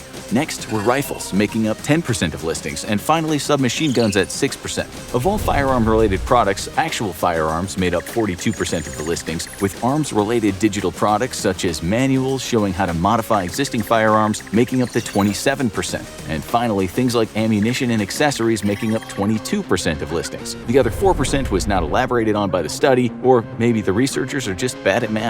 Perhaps unsurprisingly, the majority of these firearms all originated from the United States, which made up a whopping 60% of listings. Next was European countries, making up a quarter of listings, and the rest were from unspecified locations of origin. If you're a purchaser worried about quality, then fret not, as weapons available on the dark web were discovered to be of the same quality as store or street-bought weapons, and often available either cheaper or at the same price as one would pay at a physical vendor. Despite fears, though, the dark web is actually not a significant source of firearms, as sales of dark web guns are estimated at only around 80,000 a month, or about 136 firearms. Given the greater difficulty in procuring and shipping firearms, this is perhaps unsurprising. You're also not going to find large enough quantities of weapons on the dark web to stage an uprising against your local government. The logistical challenges of shipping weapons to a customer makes it impossible to send large amounts of weapons around the world, and also limits the types of weapons available for purchase. But what if you don't want to commit the violence yourself? Can you really hire a hitman on the dark web? In February 2020, an anonymous scammer tipped off the FBI about a murder-for-hire plot. It seems that this particular scammer might have been happy ripping people off, but murder was a line too far for him or her. What they revealed to authorities was chilling. The scammer was providing the address and name of the target to be eliminated, a woman working in Bellevue, Washington. The chilling message read, "Just kill her ASAP. I don't care how, just make sure she's dead. I'd prefer you shoot her in the head. She works in, name of corporation, in Bellevue, but I don't know exactly where. I don't know if that helps you in some way. She has a 3-year-old son and she picks him up at 5 p.m., so she usually gets home around 5-ish. Please don't do anything to the boy. Send me proof when the job's done." The client sent a payment of 0.53 Bitcoin, worth about $5,000 at the time. The FBI immediately identified the target and discreetly approached her so as to not tip off the client. They interviewed her and asked who would have the occasion to want her dead. She revealed that her husband had had an affair with a woman he had met while at a business conference, and further investigation revealed that he'd been giving her money, including a one-time gift of $5,000 that she had asked for. The feds got a search warrant for the woman's email accounts and were able to piece together the fact that she was, in fact, the client. After arrest, she admitted to the deed. Most hitman services on the dark web are a scam, as it's been discovered. But in April of this year, a plot was unraveled in Italy which could have been all too real. Italian citizen Tommaso Girotti was discovered paying $12,000 in cryptocurrency to an intermediary who would hire a hitman on his behalf. While the customer in this case didn't want the target, an ex-girlfriend, killed, he did want her disfigured with acid and beaten so badly that she would be wheelchair-bound for the rest of her life. In fact, he insisted on that latter half. How exactly the planned hit was discovered is something authorities are keeping close to their chest, but they were able to not only discover the planned hit, but actually traced the transaction back to the client, leading to his arrest. The intermediary and the hitman that was to be hired, however, remain undiscovered, and the planned victim is safe and sound today. It is unknown if this was a legit service or if Girotti was simply being scammed, as is so often the case. Directly tracing actual murders to services being offered on the dark web is very difficult. The general consensus, however, seems to be that the vast majority of hitman-for-hire services on the dark web are simply scams, and given the fact that most murders are crimes of passion, it's no surprise that this is a relatively easy scam to pull off. For one, we feel absolutely no sympathy for the victims, so if you're out there scamming would-be murderers, keep up the good work. But what you most commonly find on the dark web is something you probably take for granted every day: free speech. The dark web's anonymity makes it the go-to for everyone from dissidents to journalists in free speech hostile countries such as China and Saudi Arabia and any number of dictatorships around the world. Many journalists use the dark web to securely communicate with sources or to share reports out of country to media outlets in the free world. Given that the most popular tool for accessing the dark web, the Tor browser, was created by the United States to allow its spies to communicate securely from anywhere in the world, it's perhaps no surprise that the dark web is now the primary way of smuggling news out of free speech hostile states, or for hosting debates and making plans for political activists in places that would see them arrested or worse in the real world. The dark web was instrumental for pro-democracy activists in evading Chinese censorship and intelligence agencies during the Hong Kong riots that rocked the city for weeks. The dark web is the perfect place to buy just about anything. You can find exotic animals, weapons, and stolen credit cards and identities. But can you buy a nuclear bomb? The dark web is the ultimate black market, a wild zone where anything can be put up for sale anonymously and purchased via hard-to-track cryptocurrency. That means anything is possible. But in order to buy one of the deadliest weapons in history, it takes a chain reaction, going back decades. Nuclear weapons are only in the hands of world powers, and no country makes them legal for private ownership, which would take right to bear arms to a whole new level. So how does one wind up for sale in the first place? In 2015, a French reporter revealed a terrifying tale. He traveled to the Eastern European country of Bulgaria and supposedly met with a man named Ivanov, a former high-ranking official in military intelligence. Ivanov had fallen on hard times since the fall of the Eastern Bloc. He'd gotten in with some bad people. They included Saudi Arabia, which had many people interested in weapons of mass destruction. And Bulgaria had them to spare. But Bulgaria isn't a nuclear power, is it? It's a little more complicated than that, and it all comes back to the source of most complicated things in global affairs: the Cold War. Bulgaria was firmly in Soviet sphere during that era and was known as the People's Republic of Bulgaria. While Bulgaria wasn't a rich country during the era, it was strategically significant, and that meant that the Soviet Union armed it heavily with short and long-range missiles. They weren't meant to be launched on their own, but were essentially a fail-safe for the Soviet military, because these conventional weapons were set to go nuclear at a moment's notice. If war broke out, as it almost did several times during the Cold War, the Soviet forces would sweep in and take over the Bulgarian infrastructure. They would equip the ready-made Bulgarian missiles with Soviet nuclear warheads and let loose on their enemies from a front that the Western countries wouldn't see coming. Whether this plan would have worked or not is up for debate. There's a good chance that any US-Soviet war would have been too destructive for any secondary plan like this to work, but Bulgaria was far more heavily armed than one would expect a small nation to be. But soon, these weapons would be a danger of a very different kind. When the Soviet Union collapsed, it sent its entire sphere into chaos. Countless countries saw their communist governments collapse and be replaced, and there were years of uncertainty and violence in many of them. And in that chaos, it was very easy for weapons to go missing. Suddenly, everyone's eyes were on Bulgaria's weapons program. What exactly did they have hidden in their military facilities? Their missile programs were well known, and there was no evidence of biological weapons and little of chemical weapons.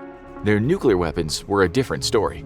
While Bulgaria never developed their own nuclear weapons, they had plenty of nuclear-capable missiles and a treaty that required the Soviet Union to deploy their own weapons in Bulgaria's defense. But the question was, did they have any already stored in the country, and where did they go? No one knew for the first few years, but in the mid-90s, an anonymous Soviet captain spoke up. He revealed a massive nuclear weapons facility in the country hosting 70 missiles. It had supposedly been disbanded in 1989 and the weapons shipped to Ukraine. But the question on everyone's mind was if they had all gotten there. And it seems the answer was no. In the chaos of the collapse of an empire, things slip through the cracks and people take advantage. The mysterious Ivanov had apparently stolen a non-armed warhead from a facility and hid it, buried it in the ground near his mother's house. He had made a small fortune for himself with his business dealings in Saudi Arabia, but kept a tight hold on his prized possession. While abroad, he would meet with shady elements involved in global terrorism. Some wanted to get their hands on nuclear material, and one was particularly ambitious. His name was Osama bin Laden.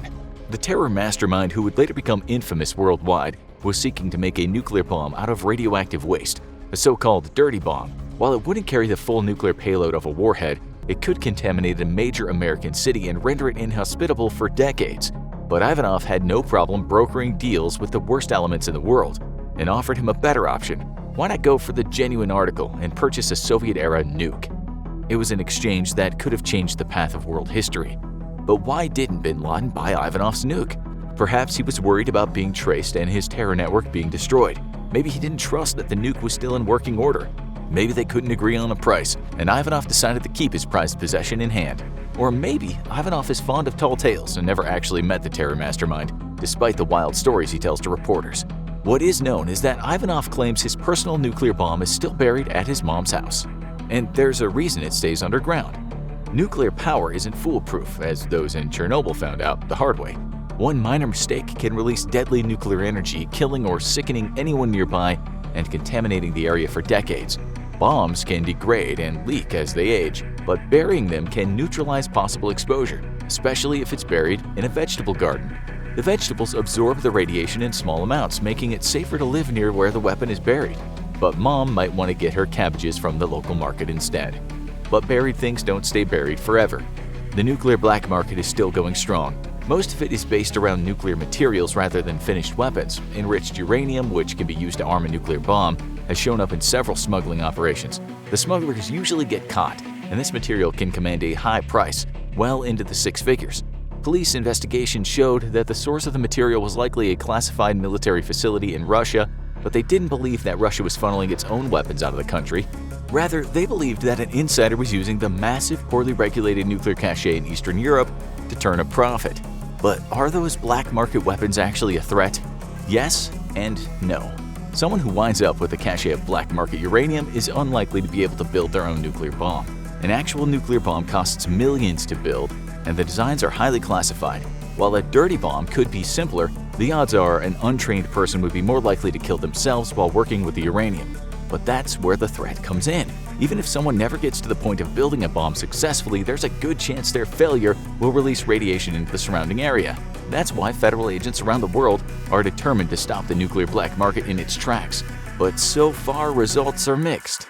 Much of the information on the nuclear black market is highly classified, and attempts to find out more from the government will often get reporters quickly ushered out of the room. That's why reporters have gone to great extremes, including heading to Bulgaria personally to meet with nuke peddlers. The first was a French reporter who claimed to have gotten all the way to Ivanov's mother's garden to purchase the nuke. But reports vary, and many say that the French reporter actually purchased a Bulgarian nuclear-capable warhead rather than an equipped nuclear weapon. But the allure of a good story is too much to resist. When Vice followed up on the story and headed to Bulgaria, they found conflicting reports. Ivanov was ready to tell them about his crazy adventures, including the story of how he nearly sold the nuke to the world's most notorious terrorist. But what he was more cagey about was showing them the actual nuclear weapon, especially with the cameras turned on. After all, televised proof of holding an illegal nuclear weapon for sale would instantly make him the most wanted man in the world. This raises the question, is it actually possible to buy a nuclear weapon? For anyone to do it in person would be tricky, for a lot of reasons. For one thing, nuclear weapons are big. Even a portable one will be fairly heavy and hard to transport through any sort of security. It's likely not to set off metal detectors but give off a radiation signature that would trigger an alert at any airport or other secure facility. And unlike other weapons, there is really no excuse someone can give that would let them slip it past security. The odds of getting it from one location to another without being arrested and jailed are slim to none. The cost of such a weapon would also likely be high, and the bank transaction would raise law enforcement alerts as well. This is why anyone who wants to unload one might be tempted to go another route. The anonymity of the dark web is its main selling point. All websites are cloaked in onion routing, which makes them hard to track. Anyone logging in likely has their IP addresses hidden, and all communications are done through private networks and with complete anonymity. If money is going to change hands, it'll be done via cryptocurrency, which is bought off the dark web and allows people to exchange goods and services without there being any link to actual money involved. The seller gets the cryptocurrency, cashes it out, and the only visible transaction is between the person and the crypto site. But there's one other big problem with buying from the dark web. If you order something from Amazon and don't get what you asked for, you're heading straight to their customer service chat. But if you order something from the dark web and you get an empty box, good luck. The odds are your scammer has already deleted their account, and if you go to the police to complain, the odds are their response is going to be, "What's a dark web?" And while this might be an inconvenience for someone who loses several $100s on a mystery box or bootleg, it's possible to lose much bigger sums on the dark web when buying illegal weapons. So while it's possible to buy a nuclear weapon on the dark web, it might be unlikely. For one thing, anyone looking to ship the weapon to its new owner would still face the same problem as any other seller. How do you get it from one place to another? It still has to go through customs with dogs who would sniff out the radiation in a few seconds. Good boys. And while the dark web is mostly anonymous, law enforcement is on the trail of smugglers who sell dangerous things like drugs and weapons. The head of the notorious black market Silk Road was even sentenced to life in prison for dark web activities. So you might be able to buy a nuke on the dark web, but don't bet on actually getting it. You're far more likely to wind up with a visit from law enforcement or maybe just an empty box and a big hole in your bank account where that cryptocurrency used to be. It's probably best to put those dreams on hold and use the dark web for what it was intended for, buying that pet red panda you always wanted. A certain amount of mystery still surrounds what has become known as the dark web. The very name evokes images of an underworld, a kind of catacomb where scoundrels hide out and human depravity awaits us around every corner. But research has shown that the dark web is perhaps not as dark as many of us imagine. Yes, one can certainly go to this place and acquire a handful of illegal substances, and yes, if a person so chooses, they can scour the dark web and find images that most of the world would find repellent. But let's just say you won't find hitmen for hire all over the dark web, nor as much video violence than we might have thought. The question is though, who on earth came up with this idea in the first place? We've been through this in other shows, so we'll make it short, and we're talking about what the dark web actually is. You see, the internet as most of us know it, the bit you're using right now, is only a small part of the web. Sources don't agree on how much, but it's said the part of the web that we can access using ordinary browsers is only about 10% of the entire thing. You can also find sources that say it's 4% or even 1%. Still, it's thought there are about 1.8 billion active websites on the net, although again, you can find sources that give a different number, much higher sometimes. This doesn't of course mean that the rest of the web is the dark web and full of dark marketplaces, otherwise we might have cause for concern. What it means is that the rest of the web, which we'll call the deep web, is used by private companies, governments, etc. It's invisible to you. Well, it is if you can't hack into it or are not actively legally using it. Think about your email, online banking, company servers. These aren't exactly searchable on the web, so of course the deep web is way bigger than the navigable web. Okay, so you understand that. What about the dark web? This is a place within the deep web that's also hidden but can be accessed using something called the Tor browser. You can use this browser along with a VPN or a virtual private network to access the dark web. You might do this if you're an activist and want anonymity, such as people that criticize governments whose modus operandi shows no mercy for political dissidents. But you might also enter the dark web so you can access what are sometimes called dark sites. Here's where you might find someone selling serotonin-enhancing pills by the bagful or ounces of white powder, where you might find hackers for hire or someone to chat with about your strange predilection for drinking your own blood by the wine glass. As we said, the dark web might not be as demonic as movies or some politicians depict, but you can read stories in the British press about how the young generation now buy their illicit substances there more than in the streets these days, or how some people were arrested by the FBI for distributing images that 99.9% of viewers would find disturbing. Okay, you get the picture, but now you must be thinking, if this stuff goes on, why would anyone in their right mind have created it in the first place? Well, to answer that, we must look to the US military. Let's remember that the internet itself was a byproduct of military technologies, as was much of the technology we take for granted today. It was in the mid-1990s that the US wanted their intelligence operatives to have a place, a virtual place, where they could communicate with total anonymity. They started working on something called Tor, an acronym that stands for the Onion Router. But why give this to the people? Wasn't that just madness? According to the BBC, the military did this because if more people were using it, then it would be harder to spot the activity of operatives among all the other noise. Foreign policy dives even deeper into the history of the dark web, and here we'll summarize. In 1969, a student at the University of California sent a message between computers connected by ARPANET. This was the beginning of the web as we know it, and it was developed by the Pentagon's Defense Advanced Research Projects Agency. In the next few years, more computers started connecting with each other on secret networks, and these were sometimes called darknets. This might not sound like much to you, but it was a breakthrough in secret communications. Then we see the internet explode in the ensuing decades. Only part of this internet is a haven for illegal activity. In the 1990s, we saw a lot of illegal file sharing, and we're told this set off a tsunami of darknet activity. The people sharing the files were using data havens that couldn't be shut down by the authorities. So even before the dark web as we know it today, there was still a hidden part of the internet. Then in March 2000, we saw the release of something called Freenet. This is a place you could access with anonymity and get your hands on files, legal or illegal. Freenet is a near-perfect anarchy, the Irish creator proudly told the New York Times. You see, it wasn't about sharing and distributing dodgy content, but some people felt that there should be a place in the internet free from censorship and the prying eyes of the government. What we're trying to say is that long before Tor, people were trying to create room in the internet where people could operate without being surveilled.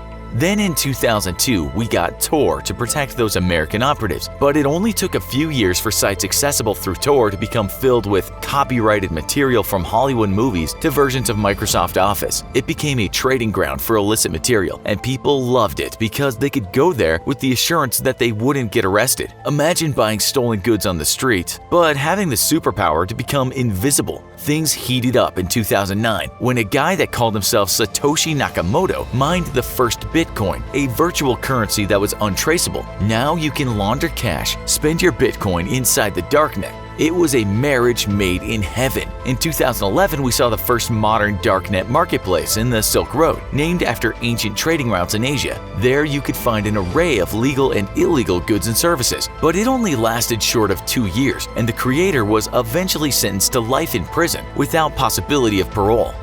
But as Wired pointed out in 2015, it's not as if everyone using Tor is accessing the dark web. In fact, the number is quite small, and though you can find illegal things there, you can also find them on the regular web. Most people sharing illegal images or videos use the normal web, not the dark web. According to Wired, whose writer researched the dark web for a number of years, yes, you can find depravity there, but it's also full of doctors giving advice they might not give out in the open. It's a place where people can talk and not worry about their careers, where others can talk about a disease they have that they dare not talk about out in the open. And as we said, it's used by a lot of people who need to discuss issues in a country that would likely lock them up for discussing those issues. This includes some people inside the USA who would rather not have their words watched. Former NSA contractor Edward Snowden famously said that the government was working hard to anonymize Tor users, but it wasn't always successful. We always know that the FBI has had some success finding criminal activity there, but these are usually sting operations, not just pinpointing a person after a share or sale. We say this because some of you might be asking why the government hasn't gone to greater lengths to close us all down. There are many reasons, but one is that it's still useful in terms of the greater good. Two is that the governments of the world have shown that when things get murky in the dark web, then authorities will swoop. It's not impenetrable. You might have some anonymity, but you're not a ghost. You're merely wearing a sheet over your head. The US government supports the dark web and funds it because, as we said, it's useful. At the same time, it's not easy to take down a decentralized network. There isn't an off switch. This network is spread across the globe and protected by strong cryptography. It's almost like ether, or a living, breathing entity whose plexus of veins are threaded throughout the world. You might also ask yourself what would happen if somehow Tor wasn't available. If somehow part of the dark web was blacked out, would the darkness disappear? No, it wouldn't. It would appear somewhere else.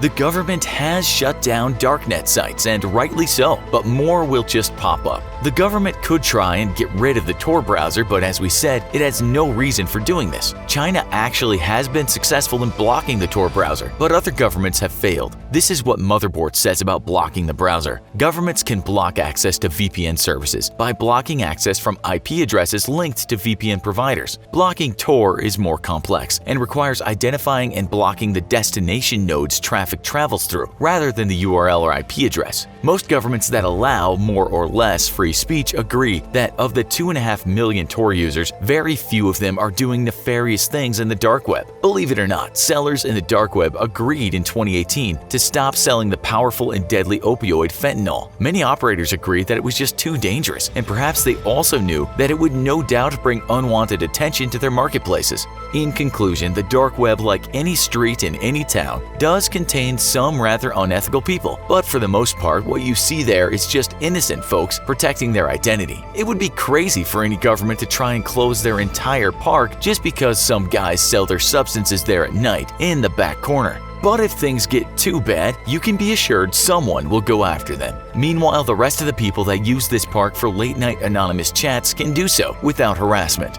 However the dark web started, it's here to stay, which means that you better have some serious protection against anyone who's looking to exploit it for nefarious purposes. Don't forget, you are their target. If you've seen our previous shows on the dark web, you should know now what you can find there and how to find it. As you know, the dark web can be accessed through what's called the Tor browser. Once you're in, you should have complete anonymity, meaning no one can track your IP address. What kinds of things can you find there? Well, as you also likely know, the dark web is full of people selling illegal things such as drugs. But there have also been reports of people even hiring hitmen through the dark web. People might also go there just to talk to other people about their illness, their strange habits, their darkest secrets. Today, we're going to unravel something a little more mysterious. In this episode of The Infographic Show, can you really order a mystery box from the dark web? Let's first explain a phenomenon known as unboxing, as not all of you follow the same trends. Around a decade ago, people would appear on YouTube literally taking things out of boxes. This might just be people unboxing tech products and then explaining how that product works, reviewing it, playing around with it. This became such a hit that companies would soon start doing their own unboxing videos or sending their products to popular channels to be unboxed. It's not all about how-to videos though. One of the most popular channels is Ryan's Toy Review, in which a 7-year-old kid opens toys.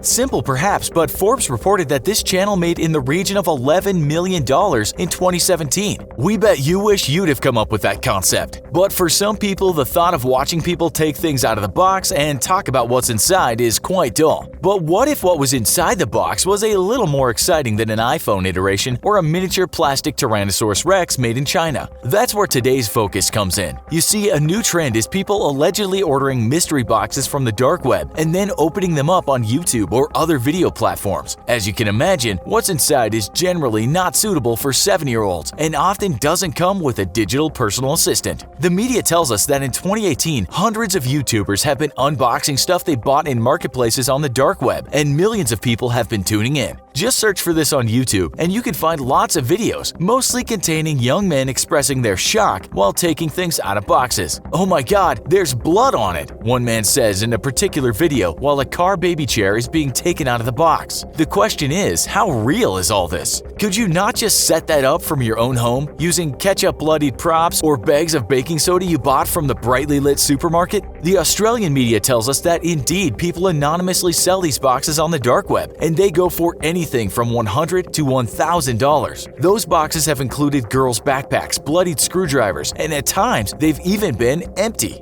In another video on YouTube, one unboxer finds a note that reads, "Dear friend, life is a mystery, a very, very dirty mystery. At times you never know what you are touching or what you are leaving behind." He's then told to wear gloves while he opens the box, and he subsequently takes out the contents. Those contents are a bag of white powder, a tool with a biohazard sticker on it, and a CD. He plays the CD and he hears children's voices, through which he hears the sound of a voice saying, "I see you." Scary? Well, that depends on your disposition, and perhaps if you can suspend belief, because maybe all of this is just fiction. But the fact is, if you have a look in the dark web, you can certainly find these mystery boxes. Have a look if you don't believe us. The fact this is possible is rather unnerving, given that the box is untraceable. There is likely a very small chance that something horrible could turn up in a box, rather than a Hello Kitty school bag. Mashable tells us this: although a lot of this may sound alarming, there's also a strong possibility that some of these unboxing videos are faked as means of getting views and obtaining ad revenue. Yep, Mashable, we think most people are aware of this. It seems fairly obvious to most of us that if someone really did buy one of these boxes on the dark web and then video the contents being opened, if those contents could lead to a criminal charge or at least start a criminal investigation, then that video would not appear on YouTube. Sometimes the opening of these boxes is called the Deep Web Challenge, but one must always be skeptical regarding how challenging the unboxing really is. Perhaps the biggest challenge is acting shocked, shamed, surprised, disconcerted, while making some creepy form of entertainment. Now we go over to Reddit, where one person writes this in the intro of a long piece of writing. "I don't know why I didn't realize a clear majority of these videos are fake and staged for the scare factor, but I didn't." Lo and behold though, when he finally gets around to purchasing a box, he is shocked to find something that chills his bones. It's a book, he says, that contains photos of the house he grew up in. Each numbered page contains a Polaroid, photos of places, things, but one page, he says, contained a picture of a mask, handcuffs, a gag, and a bottle of some sort of drug, it looked like. He sees his own parents tied up, himself as a kid. Oh, and then he throws the book away and he sees a hooded figure looking through his window. It turned out by ordering this box, he got his parents killed. What this is, of course, is an old trope used in horror movies, wherein an added bit of realism is used in the form of skepticism, i.e., I don't believe in the boogeyman, but then this happened to me. It's basically the campfire ghost story, and the best ones use realism to get you listening and then throw in the scare. Other stories have appeared on Reddit that are similar, and it seems that some people believed the tale. That is terrifying. I would contact the authorities right away. Wish you the best and please keep us posted, writes one person after reading a wicked tale of a mystery box. We can only congratulate the writer of the post and hope that he or she has a great career in fiction writing. Are we being too skeptical? We don't think we are, but that doesn't mean that some of these videos are well made, well acted, or well told. We agree with this person writing on Quora. The whole idea behind the mystery box is a scam. I've watched many videos on YouTube about mystery boxes, but later come to the conclusion that no sane human being will be willing to buy a piece of garbage. That's not to say that you can't buy a mystery box on the dark web. We haven't ordered one at the infographics show, so we can't say for sure. We can, however, go on videos and research and conclude that people are unboxing to create an audience. It's a show, nothing more and nothing less. Sure, you can find media, mostly of the tabloid ilk, all over the world talking about YouTubers opening these sinister boxes. Videos guaranteed to freak you out, 100% genuine, and that you won't believe are real. But those media are just getting on the bandwagon and generating their own audience. You might also accuse us of doing this, but at least we're trying to give you an informed piece of entertainment. We're calling these videos out as fake, but at least well-made videos for the most part. This isn't to say, of course, that you can't find white powder, often grown in Colombia, on the dark web. It doesn't mean you wouldn't find that in one of these mystery boxes. One very real journalist writing for the independent newspaper did explore the dark web and did buy illegal things. But when he talked about mystery boxes, he was too skeptical. There were dozens of videos with millions of views, yet there was something that didn't seem quite right about them, he said. The contents of the boxes seemed to fit fit the stereotypes of the dark web so much that it seems staged. What did he do? Well, he tried to order a mystery box, of course. Finding one wasn't that easy, and he had to do a lot of searching. He writes that he finally found one trusted vendor willing to sell him a mystery box. He not only sees that others that had bought such a box gave them a thumbs down, but the seller wanted around $1,500 for the box he wanted. That's a bit out of the price range for a journalist, so he asked the advice of someone who has written 2 books about the dark web and has spent years going through it to see what she could find. Her name is Eileen Ormsby, and a quick search will show you that she is certainly an expert on the dark web. This is what she said to the journalists. Mystery boxes are just silly. The ones on YouTube are primarily total hoaxes invented by the YouTubers themselves for the clicks. She did add, though, that now such boxes are popular, no doubt someone is taking advantage of that and selling them, but they're just full of junk. They don't contain murder weapons or possessed dolls. It's all just a great big hoax, as we said. During her investigations into the dark web that lasted years, she failed to find many of the gruesome things that supposedly exist in this place. While arrests have been made of people doing horrid things in the dark web, it's not something all over the dark web as we're sometimes led to believe. Imagine the World Wide Web as an iceberg. Most of what you use is the part above water, the part of the internet you use normally. But there's a part you don't normally see, what lurks beneath the water.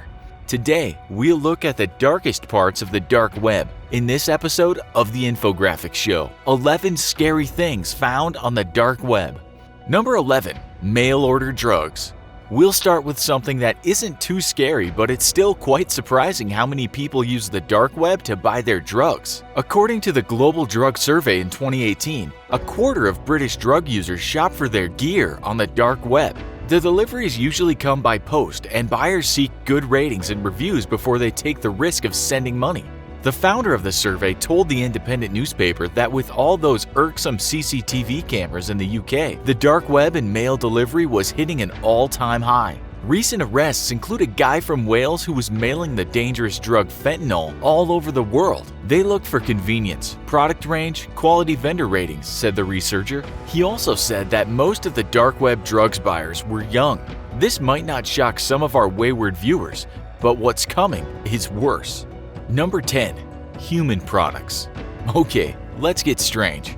Like fashion? How about products like belts made out of human flesh? We found someone writing on Quora who said he is familiar with the dark web and said that some of these sites selling human products have a complete loyal customer base. We found a screenshot of the website humanleather.co.uk with this text.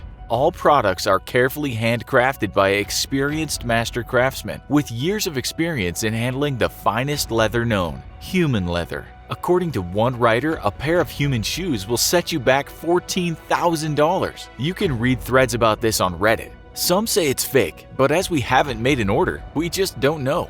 Number 9.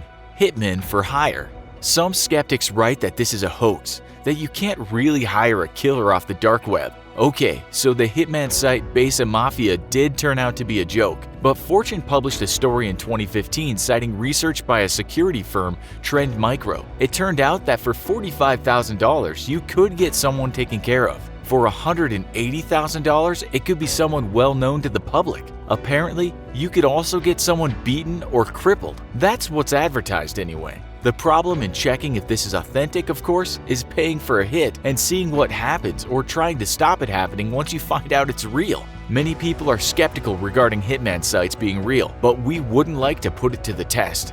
Number 8. Human organs and body parts. Some sites on the dark web will tell you they sell human organs. Again, we can't tell you if this is true or not. Gizmodo wrote an article in 2012 with prices of what organs and body parts on the black market would cost. A pair of eyeballs was said to be $1,525. A heart is $119,000. A hand, $385. And a kidney, $262,000. Illegal organ trafficking certainly does exist, so you might think the dark web would be a good place to open a store. The World Health Organization wrote that each year thousands of organs are bought on the black market, with most of the money going to middlemen, not to those who sold their organs. The Big Think tells us these organs usually come from the poorest reaches of the world and end up in the richest parts of the world. According to Popular Science, a man on Craigslist tried to sell his kidney for $100,000, and he received plenty of offers until his post was taken down. So, do we think organs are available on the dark web?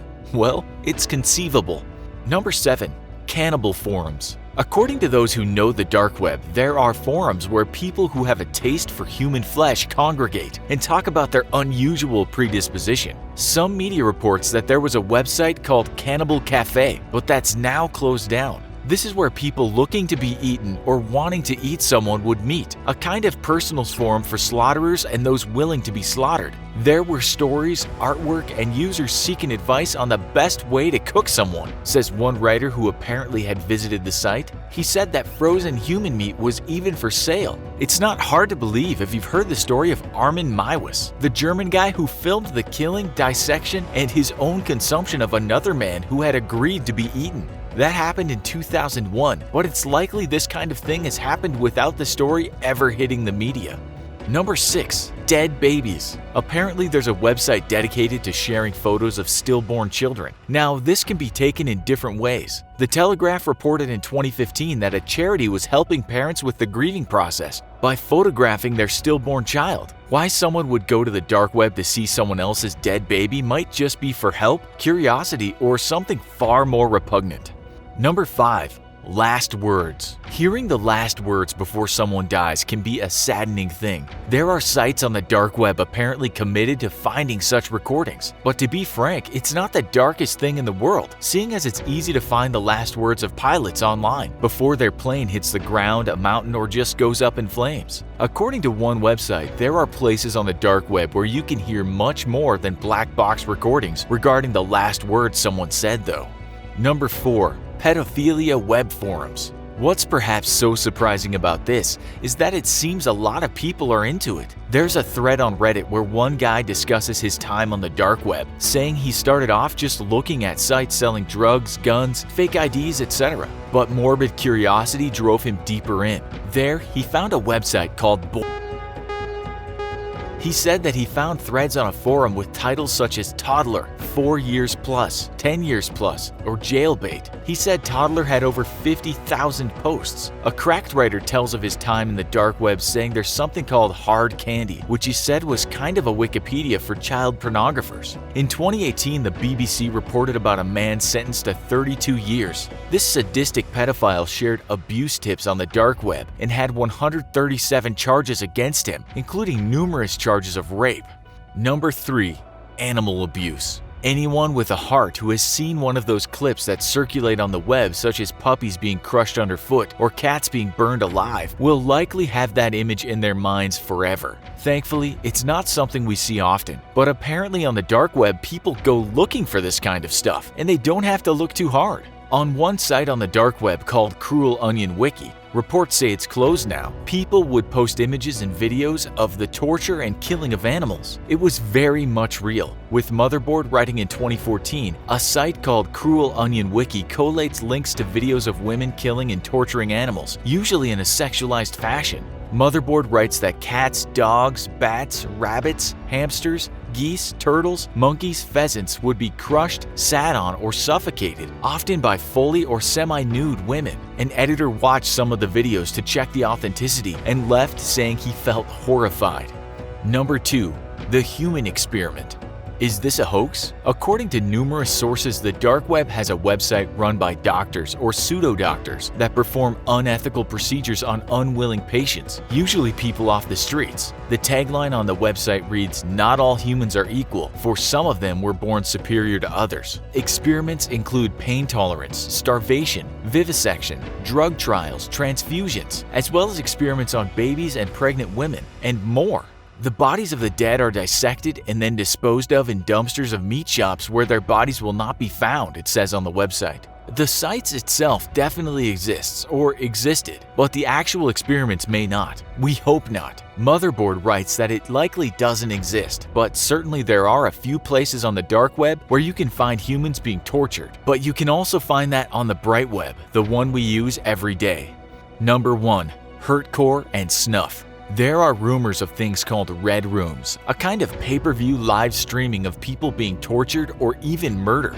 These might be urban legends, however. Australian Peter Scully was arrested for making films where children were being tortured. His film company was called No Limits Fun, and the most infamous film was called Daisy's Destruction. Metro describes this sick movie. Daisy's Destruction showed the baby girl being tied upside down by her feet, sexually assaulted, and beaten by Scully and a masked woman. Scully charged people on the dark web $10,000 to watch it. Although the child in the film did not get killed, police found human remains on one of this man's properties. Scully has been sentenced to life in prison for rape and sexual assault, and now faces more charges of torture, abuse against children, and murder. Do snuff films exist? Snopes says no. Most who have investigated them say no. We must remember that people being killed on camera is certainly a thing, but the films were not made for commercial purposes. To this day, it seems there is no evidence of snuff movies, but hurtcore certainly exists, and we think it's about as low as you can go into the darkest part of the internet. Do you agree? What has your experience been with the dark web? Can you confirm anything we've discussed today? Is there worse? Tell us in the comments. And as always, please don't forget to like, share, and subscribe.